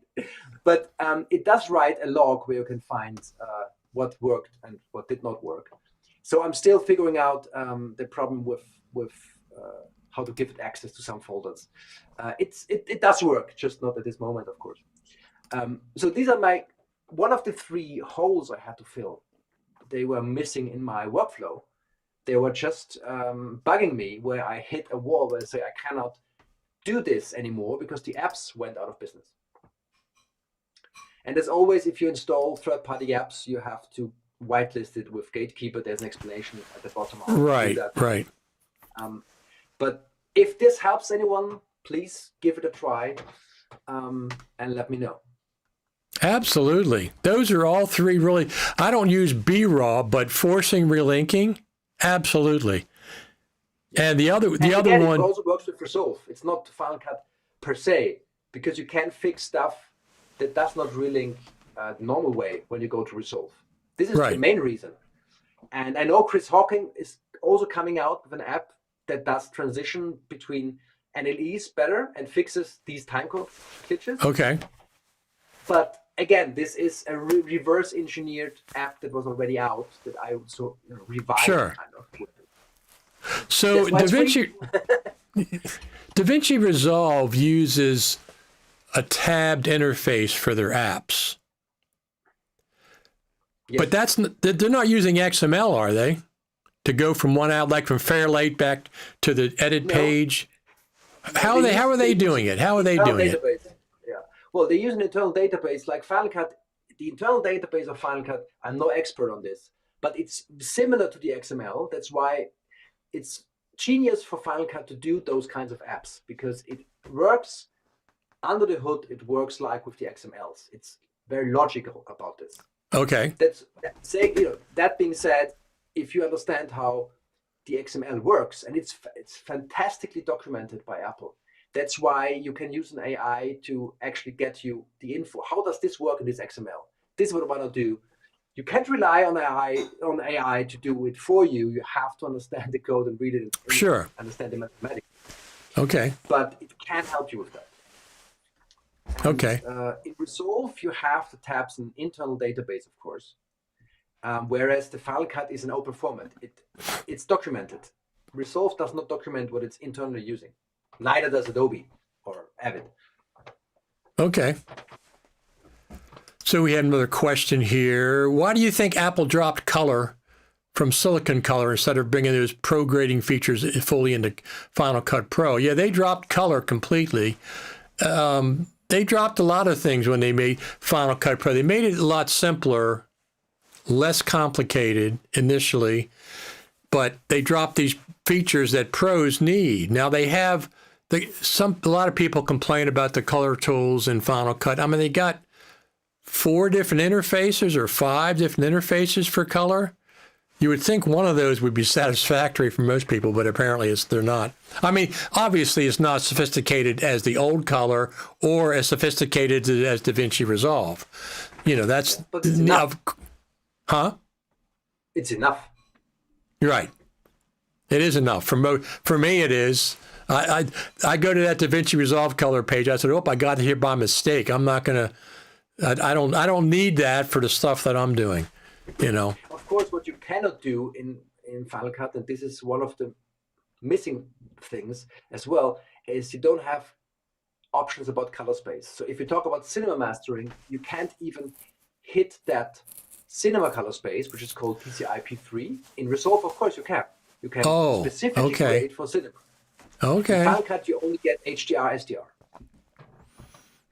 Well, there you go, right there.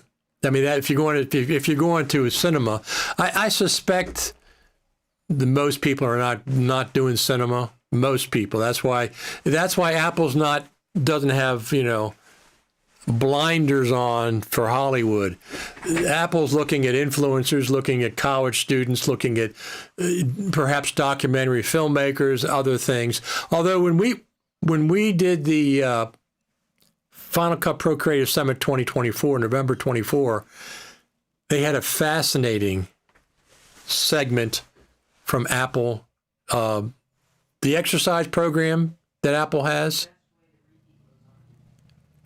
The one they have for all the exercises and all that. I forget what it's called. Phenomenal. It's a phenomenal, sophisticated, hundreds of, like dozens and dozens, hundreds of people working on that. All the cameras, they said at that point, were robotic. All of them. They were, rolling robots and then overheads and everything. And my joke was, well, can't you let Tim Cook use some of those robotic cameras instead of iPhones he uses iPhones, but it's sophisticated, and they use Final Cut Pro. They use Final Cut Pro 100%. So. Well, we all know that Apple doesn't even itself use Final Cut for their ads, for their films, for the great filmic things they do, the ads, commercials, whatever. So, but again, why should they? No, but the market is big. It's not one thing. There is a number of apps available, and you have to have the skills for all of them. Well, I don't think Apple should be dictating what a production company uses. They may say, if you use Final Cut, we'll give you some MacBook Pros, but other than that, I don't want them dictating. Let the production company use what it wants to use. Exactly. So it's Fitness Plus. That's what it was called, Fitness Plus. Again, in Final Cut, there is so much clever features, and some of them are small, some of them are big. But I mean, since we're talking about cinema mastering, I already teased that it's possible in Final Cut to come up with some tricks for cinema mastering. And I can show you now a little bit one of those examples. Okay. Let me just switch off audio here. So this is a commercial. This is an ad, German ad made for TV, and it's now supposed to go to cinema. And of course, it's 25p and so on and so on. So, but just starting from scratch, what you always can do in Final Cut, you have full control over project resolution size. And I already showed you the graphics of what cinema expects in terms of pixel ratio. Yes. And it's never 16 by 9. Exactly. So you can go to custom, and you can put in the smallest cinematic value, which is 1998, and you can put it to 24. So you can force whatever you drop in the project, you can force it to be what cinema expects, to later on go to Resolve with it or whatever. So you can actually have Final Cut handle these kinds of things for you. And there is no DCI values in Final Cut. I mean, this alone, that there is no preset for cinema values, shows that they're not interested. Right. So you have to go to custom, and you have to know the pixel aspect. And if it's CinemaScope, it's 200 48 times 800, 858, 858, that would make you a CinemaScope timeline. But since this ad was filmed in 60:9 and they already put it to the smallest cinema ratio, I'm going to use that at 24. And now comes my favorite kicker, that you change the audio to surround, because of course, this being a TV spot, it's stereo only, but cinema expects surround.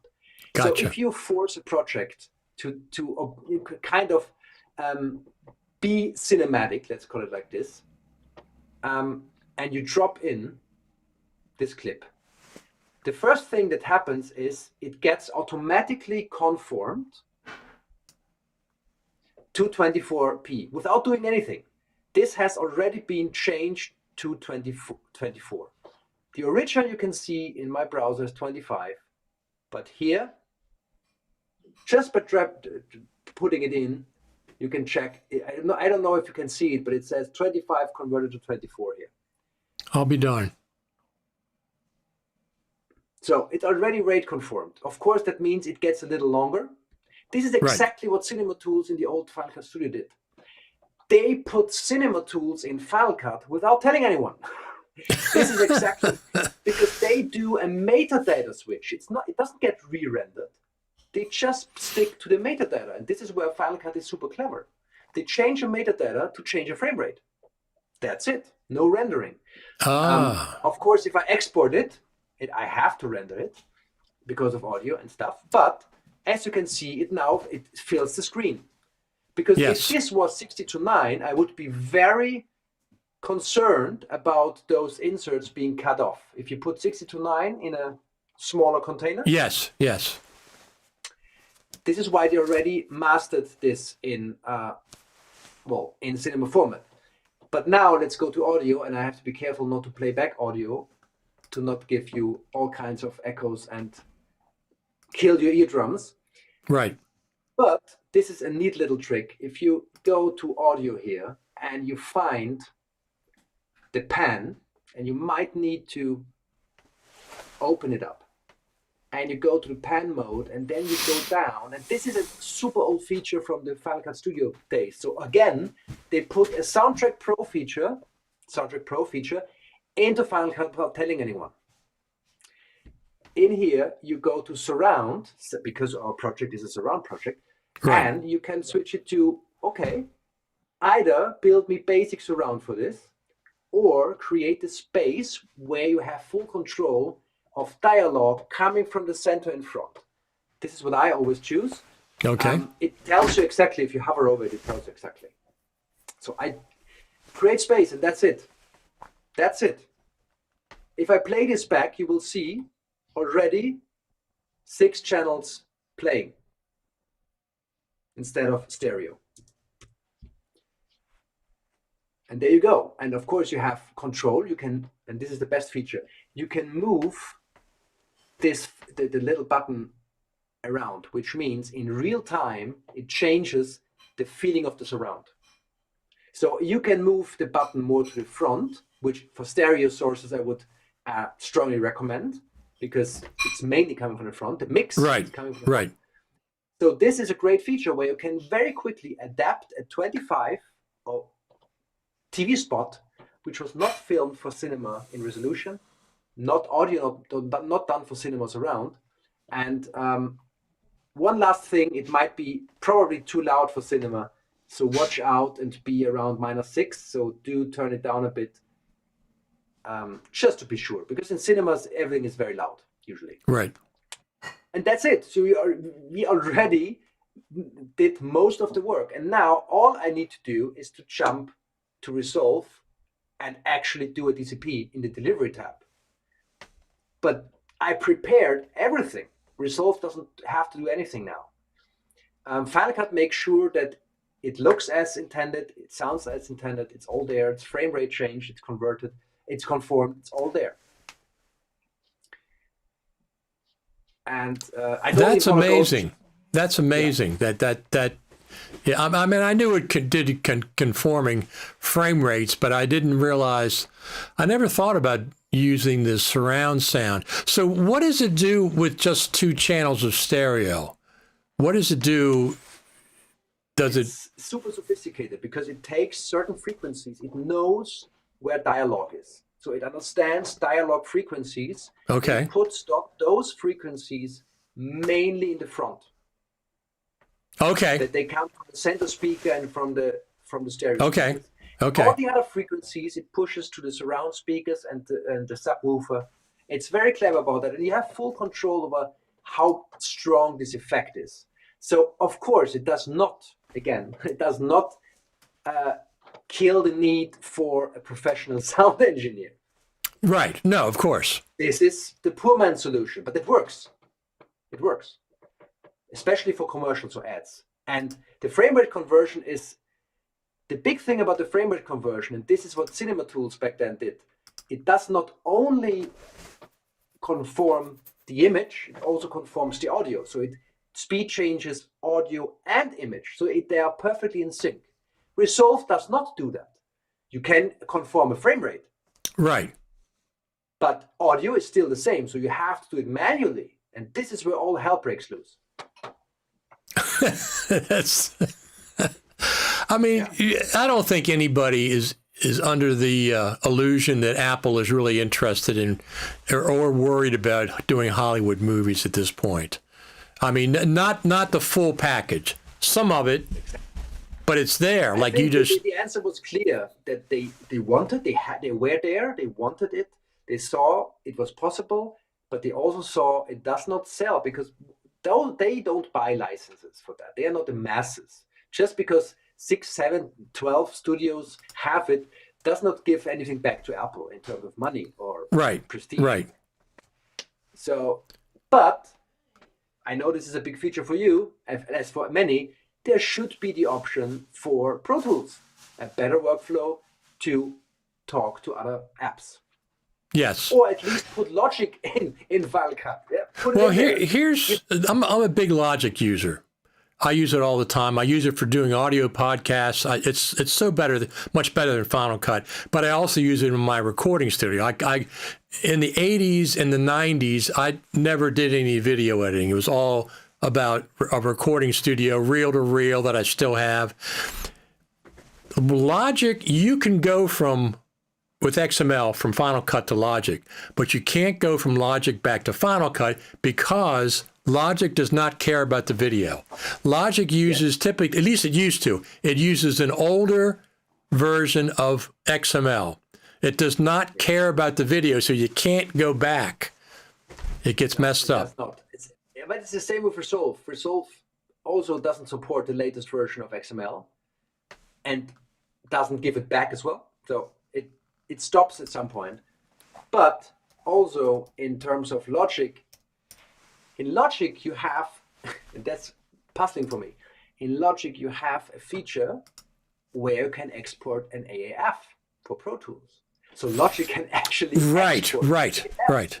Yes. Why is this not in Final Cut or in compressor at least? I mean, hello. It's I don't know. They just don't care.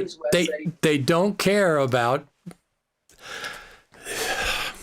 They don't care about. Not 100% about Hollywood movies. It's not their primary concern. Okay, they've told us before at the creative summits when we always have meetings with the Final Cut Pro team. Somebody asked for your website. I'll leave it up there. They said they have like maybe a dozen or 20 different targets, and Hollywood's in there, but it's not primary and it's not the top. So if they do for example, dupe detection was a big thing that Hollywood wanted. We finally got it. It benefits all of us. Okay? Yes, dupe detection benefits everybody. Too late to make an impact. I know. It was like 12 years or 10 years before we got dupe detection. It was weird, but so yes, things that Hollywood wants benefits us as well, but it's not their main target. Everything in life, there is no perfect solution. I mean, we should not nag so much about missing features or hate people. It's just being aggressively throwing around our rants. In the end, learn to circumvent it. Learn, find a Yes. way. Learn the Yes. software. Learn other tools. Understand it. And this is what makes you a better filmmaker, editor, post-production, Sure. whatever. Absolutely. I'm not saying I would ever go back to Windows and Adobe. For sure, no. But you have to know how it works there. Yes. Well, one of the biggest advantages to DaVinci Resolve is they have a really good free version. I mean, how can you beat that? Why wouldn't you learn at least the free version? I don't care if you edit on Avid. I don't care if you edit on Premiere. I would say always get the free version of Resolve and always save up for a copy of Final Cut. And those even two. With the free version, you can learn doing DCPs. It does DCPs, but watermarked. It watermarks them when reading or when writing, but you can learn. Okay. You can learn about the whole process for cinema mastering on the free version. And when you're ready to do your DCP, you just buy the studio. And it's cheaper than giving your film to a post-production house for the DCP. Absolutely. Well, if I anyone think wants the apps I talked about, you have to add /apps to this URL because they are hidden on the website. So wait a minute. How do I do that? /apps. Okay, let me do that. Yes. Let me do that right now. Edit text. People want to see the relink apps, whatever. /apps. Save. That's it? Yes. Fantastic. Yeah. Yeah, these apps that you have, besides all your knowledge about DCP and DaVinci Resolve and Final Cut and stuff, these apps are really, really cool that you're developing for people. I hope they can help, and please give feedback. And I want to also give back to the community because I've tested so many new apps now. There's so much going on with SpliceKit and Chris Hawking, and so many indie developers putting out stuff for scene detection, for captioning, for transcription, for text-based editing. There's so many things going on. Well, so let's give back. Yes, let's talk about that. Apple, for some odd reason, November 2024, they came out with captioning, audio transcription. But they left it there. They put it in a closet and they never did anything else with it. I thought that was like the beginning and they were going to have, more options and things, make subtitles from it. Nope, nothing. We'll put it in the closet. Still to date, it only does English. That's another thing. That's another thing. They are super diverse. Every culture is in there. But all of those AI things are English only? Interesting. Now, I thought Philip said that they can only do what's in the Mac OS, the languages that are in Mac OS. Is that not true? Final Cut does English. Final Cut only does English for auto captioning and for the new visual search or the new transcribe search, what they call it. It's English only. But the captions have been around for years. Yeah, but Mac OS has all the languages? Yes, but it can't use it. Yeah, again, so Chris Hawking made with Scriptstar, they implemented Whisper, so now you have all languages. Great, fantastic.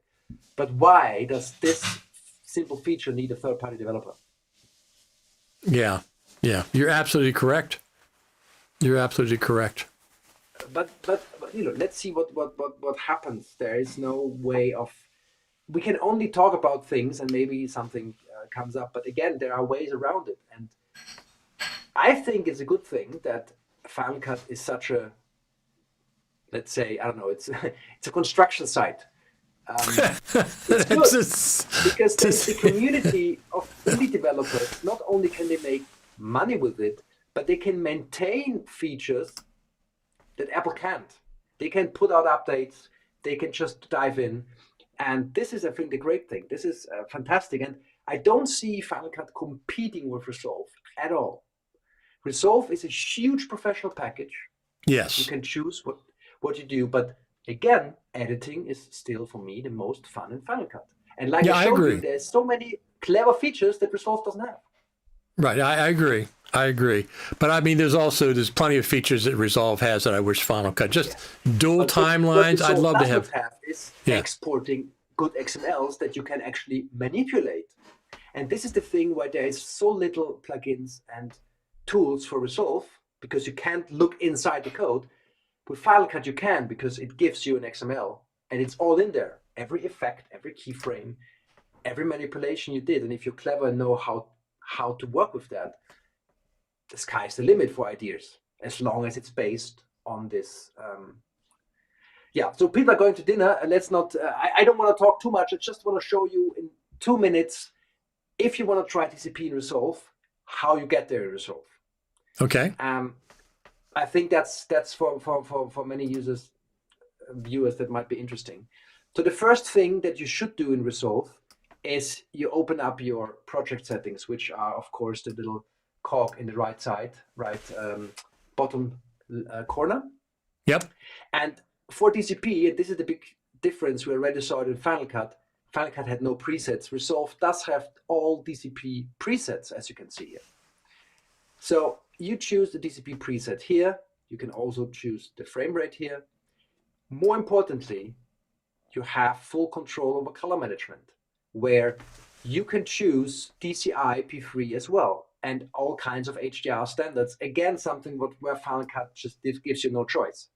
Right. So this is very important. If you're coming from Final Cut somewhere else, you keep this to Rec 709 Gamma 2.4. Don't change that, because it will always be that. If it's a ProRes, it's that.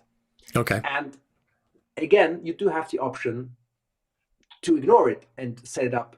If you have a cinema monitor, all Apple monitors can do Cinema P3, by the way. They could for a long time. They've been doing the P3 for many, many years. Okay. But Final Cut never showed you P3. Final Cut never gave you the option to do cinema. In Resolve, you have the option. So it starts with your project settings here. And once you set them, you put your film, you put your media in your timeline. And when you go to delivery, and you know this very well, the little rocket down here, you can change the export format here to DCP. And this is where now the fun starts. The algorithm they bought is the Kakadu JPEG, a proprietary library. And again, you choose the resolution here. And you have control over bit rates, whatever. You can leave it at 150, it's fine enough for 2K.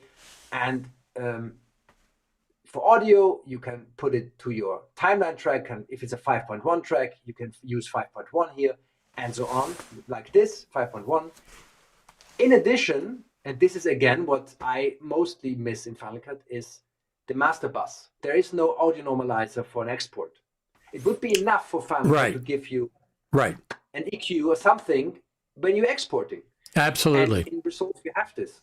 And the great thing is, not only does it support YouTube, there's also presets for Netflix, Disney, and so on, all kinds of things. Also TV, R128, but there's also cinema. And nobody knows this. It's not called cinema. It's called RBS, bullshit, 7074. This is a Dolby standard. So this standard, similar to the R128, if you set your audio normalizer to this, it will make sure that the cinema gets an audio mix that it expects, similar to broadcast. Okay. So this is great. You have this in Resolve. This is fantastic. And I showed you this, Richard, already, and this is where the nightmare often starts. In Resolve, you really have to dig through this composition name editor where you add all the metadata, because this is the only thing the cinema sees. I'm not going to talk about this now. You find this in the free ebook. If you're interested, you can read it there. But just to give a glimpse of people who want to dive into it, it's here, it's there, and metadata is important. Use it. Absolutely. Otherwise, the cinema, they have hundreds of DCPs. They don't find you. If you're not classified as a feature film, but as an ad, they don't find you.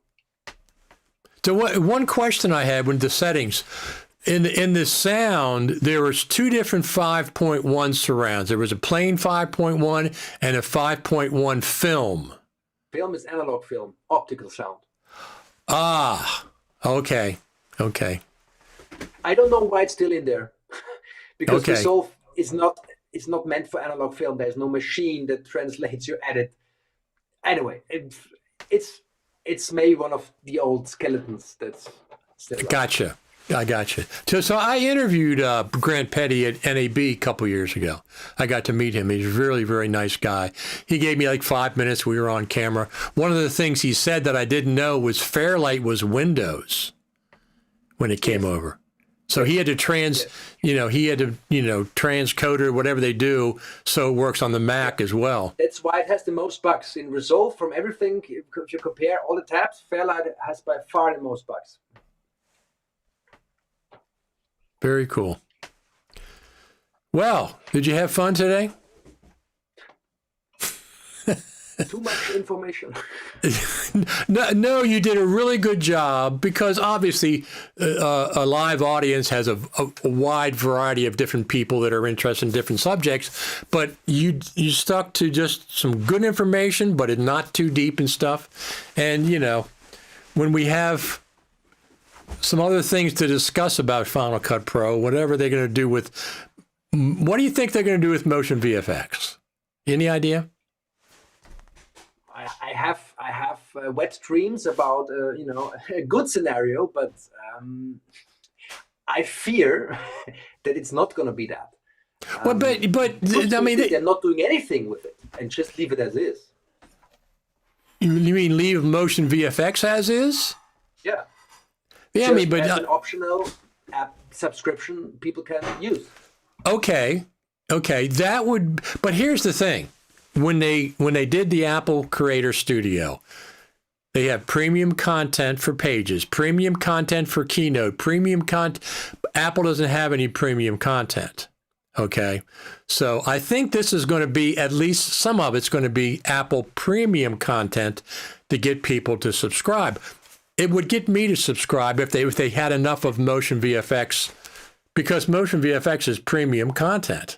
So that would be cool. I mean, I think they might incorporate some of the things as features in Final Cut. And in that case, it would go to both versions, the standalone and the subscription.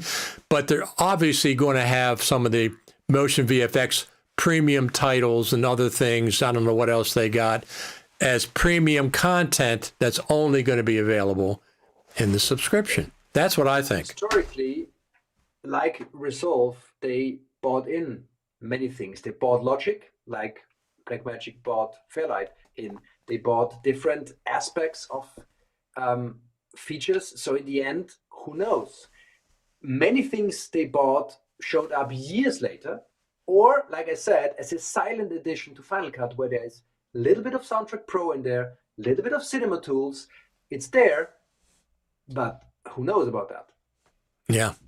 Logic was bought before Final Cut Pro 10. I remember when it came over, because I was using Digital Performer before that on the Mac, which I used. That's what I learned on. And then once Logic came over, I said, let me try Logic, and I like Logic better now. So it's no turning back for that. Okay, for me, it's getting late over here because my son just got home and he wants to go have dinner, and I have to prepare it for him. And whoever is interested in, I have a free ebook about DCP mastering on my website here. Yes. Here without it is. the apps. Without the apps. So there's a free ebook, and there's also a video course. In 2 weeks' time, I do a 6 hours course for the Irish Film Institute about DCP mastering, because they have archival problems, but they have to be able to do festivals from archival films and so on. Okay. It's still baffling for me that many big organizations, institutions like Cartoon Salon, Oscar-nominated studio, which I taught the workshop to with Carl from DCP-O-Matic, needed that. Happy to do it. Great. But that tells a lot about why Apple excluded it. You don't even learn about DCP in film school. I teach at one of the biggest private international film institute, SAE. Okay. DCP is only a part at least in Berlin, because I talked to them and I said the students have to know about it. And they're the only SEEs that they do German and English. And we have an English crowd and a German crowd. And it's just, but my initiative to say students have to know about it, because if they do their films, they want to go to festivals, they need it. Again, I understand why Apple is not interested in that, and why still DCP or cinema in general is kind of a black box. Yep. Sebastian, it's been fantastic having you. We'll certainly have you back on again. Because we talk all the time offline, so we'll have you back on again for sure. On that phone in your back. Yeah, no, it's not Tim phone anymore. What's new guy? No, well, it is till September the 1st. There you go. It is still September the 1st. And then even after that, Tim's still going to be hanging around. So that's cool. Thank you very much. I know the audience really appreciate it. We had a lot of people watching today. So we'll have you back on. Thank you, Sebastian. Thanks for helping me too the other day. Sure. Anytime. Absolutely, man. Talk to you later. Bye. Bye-bye.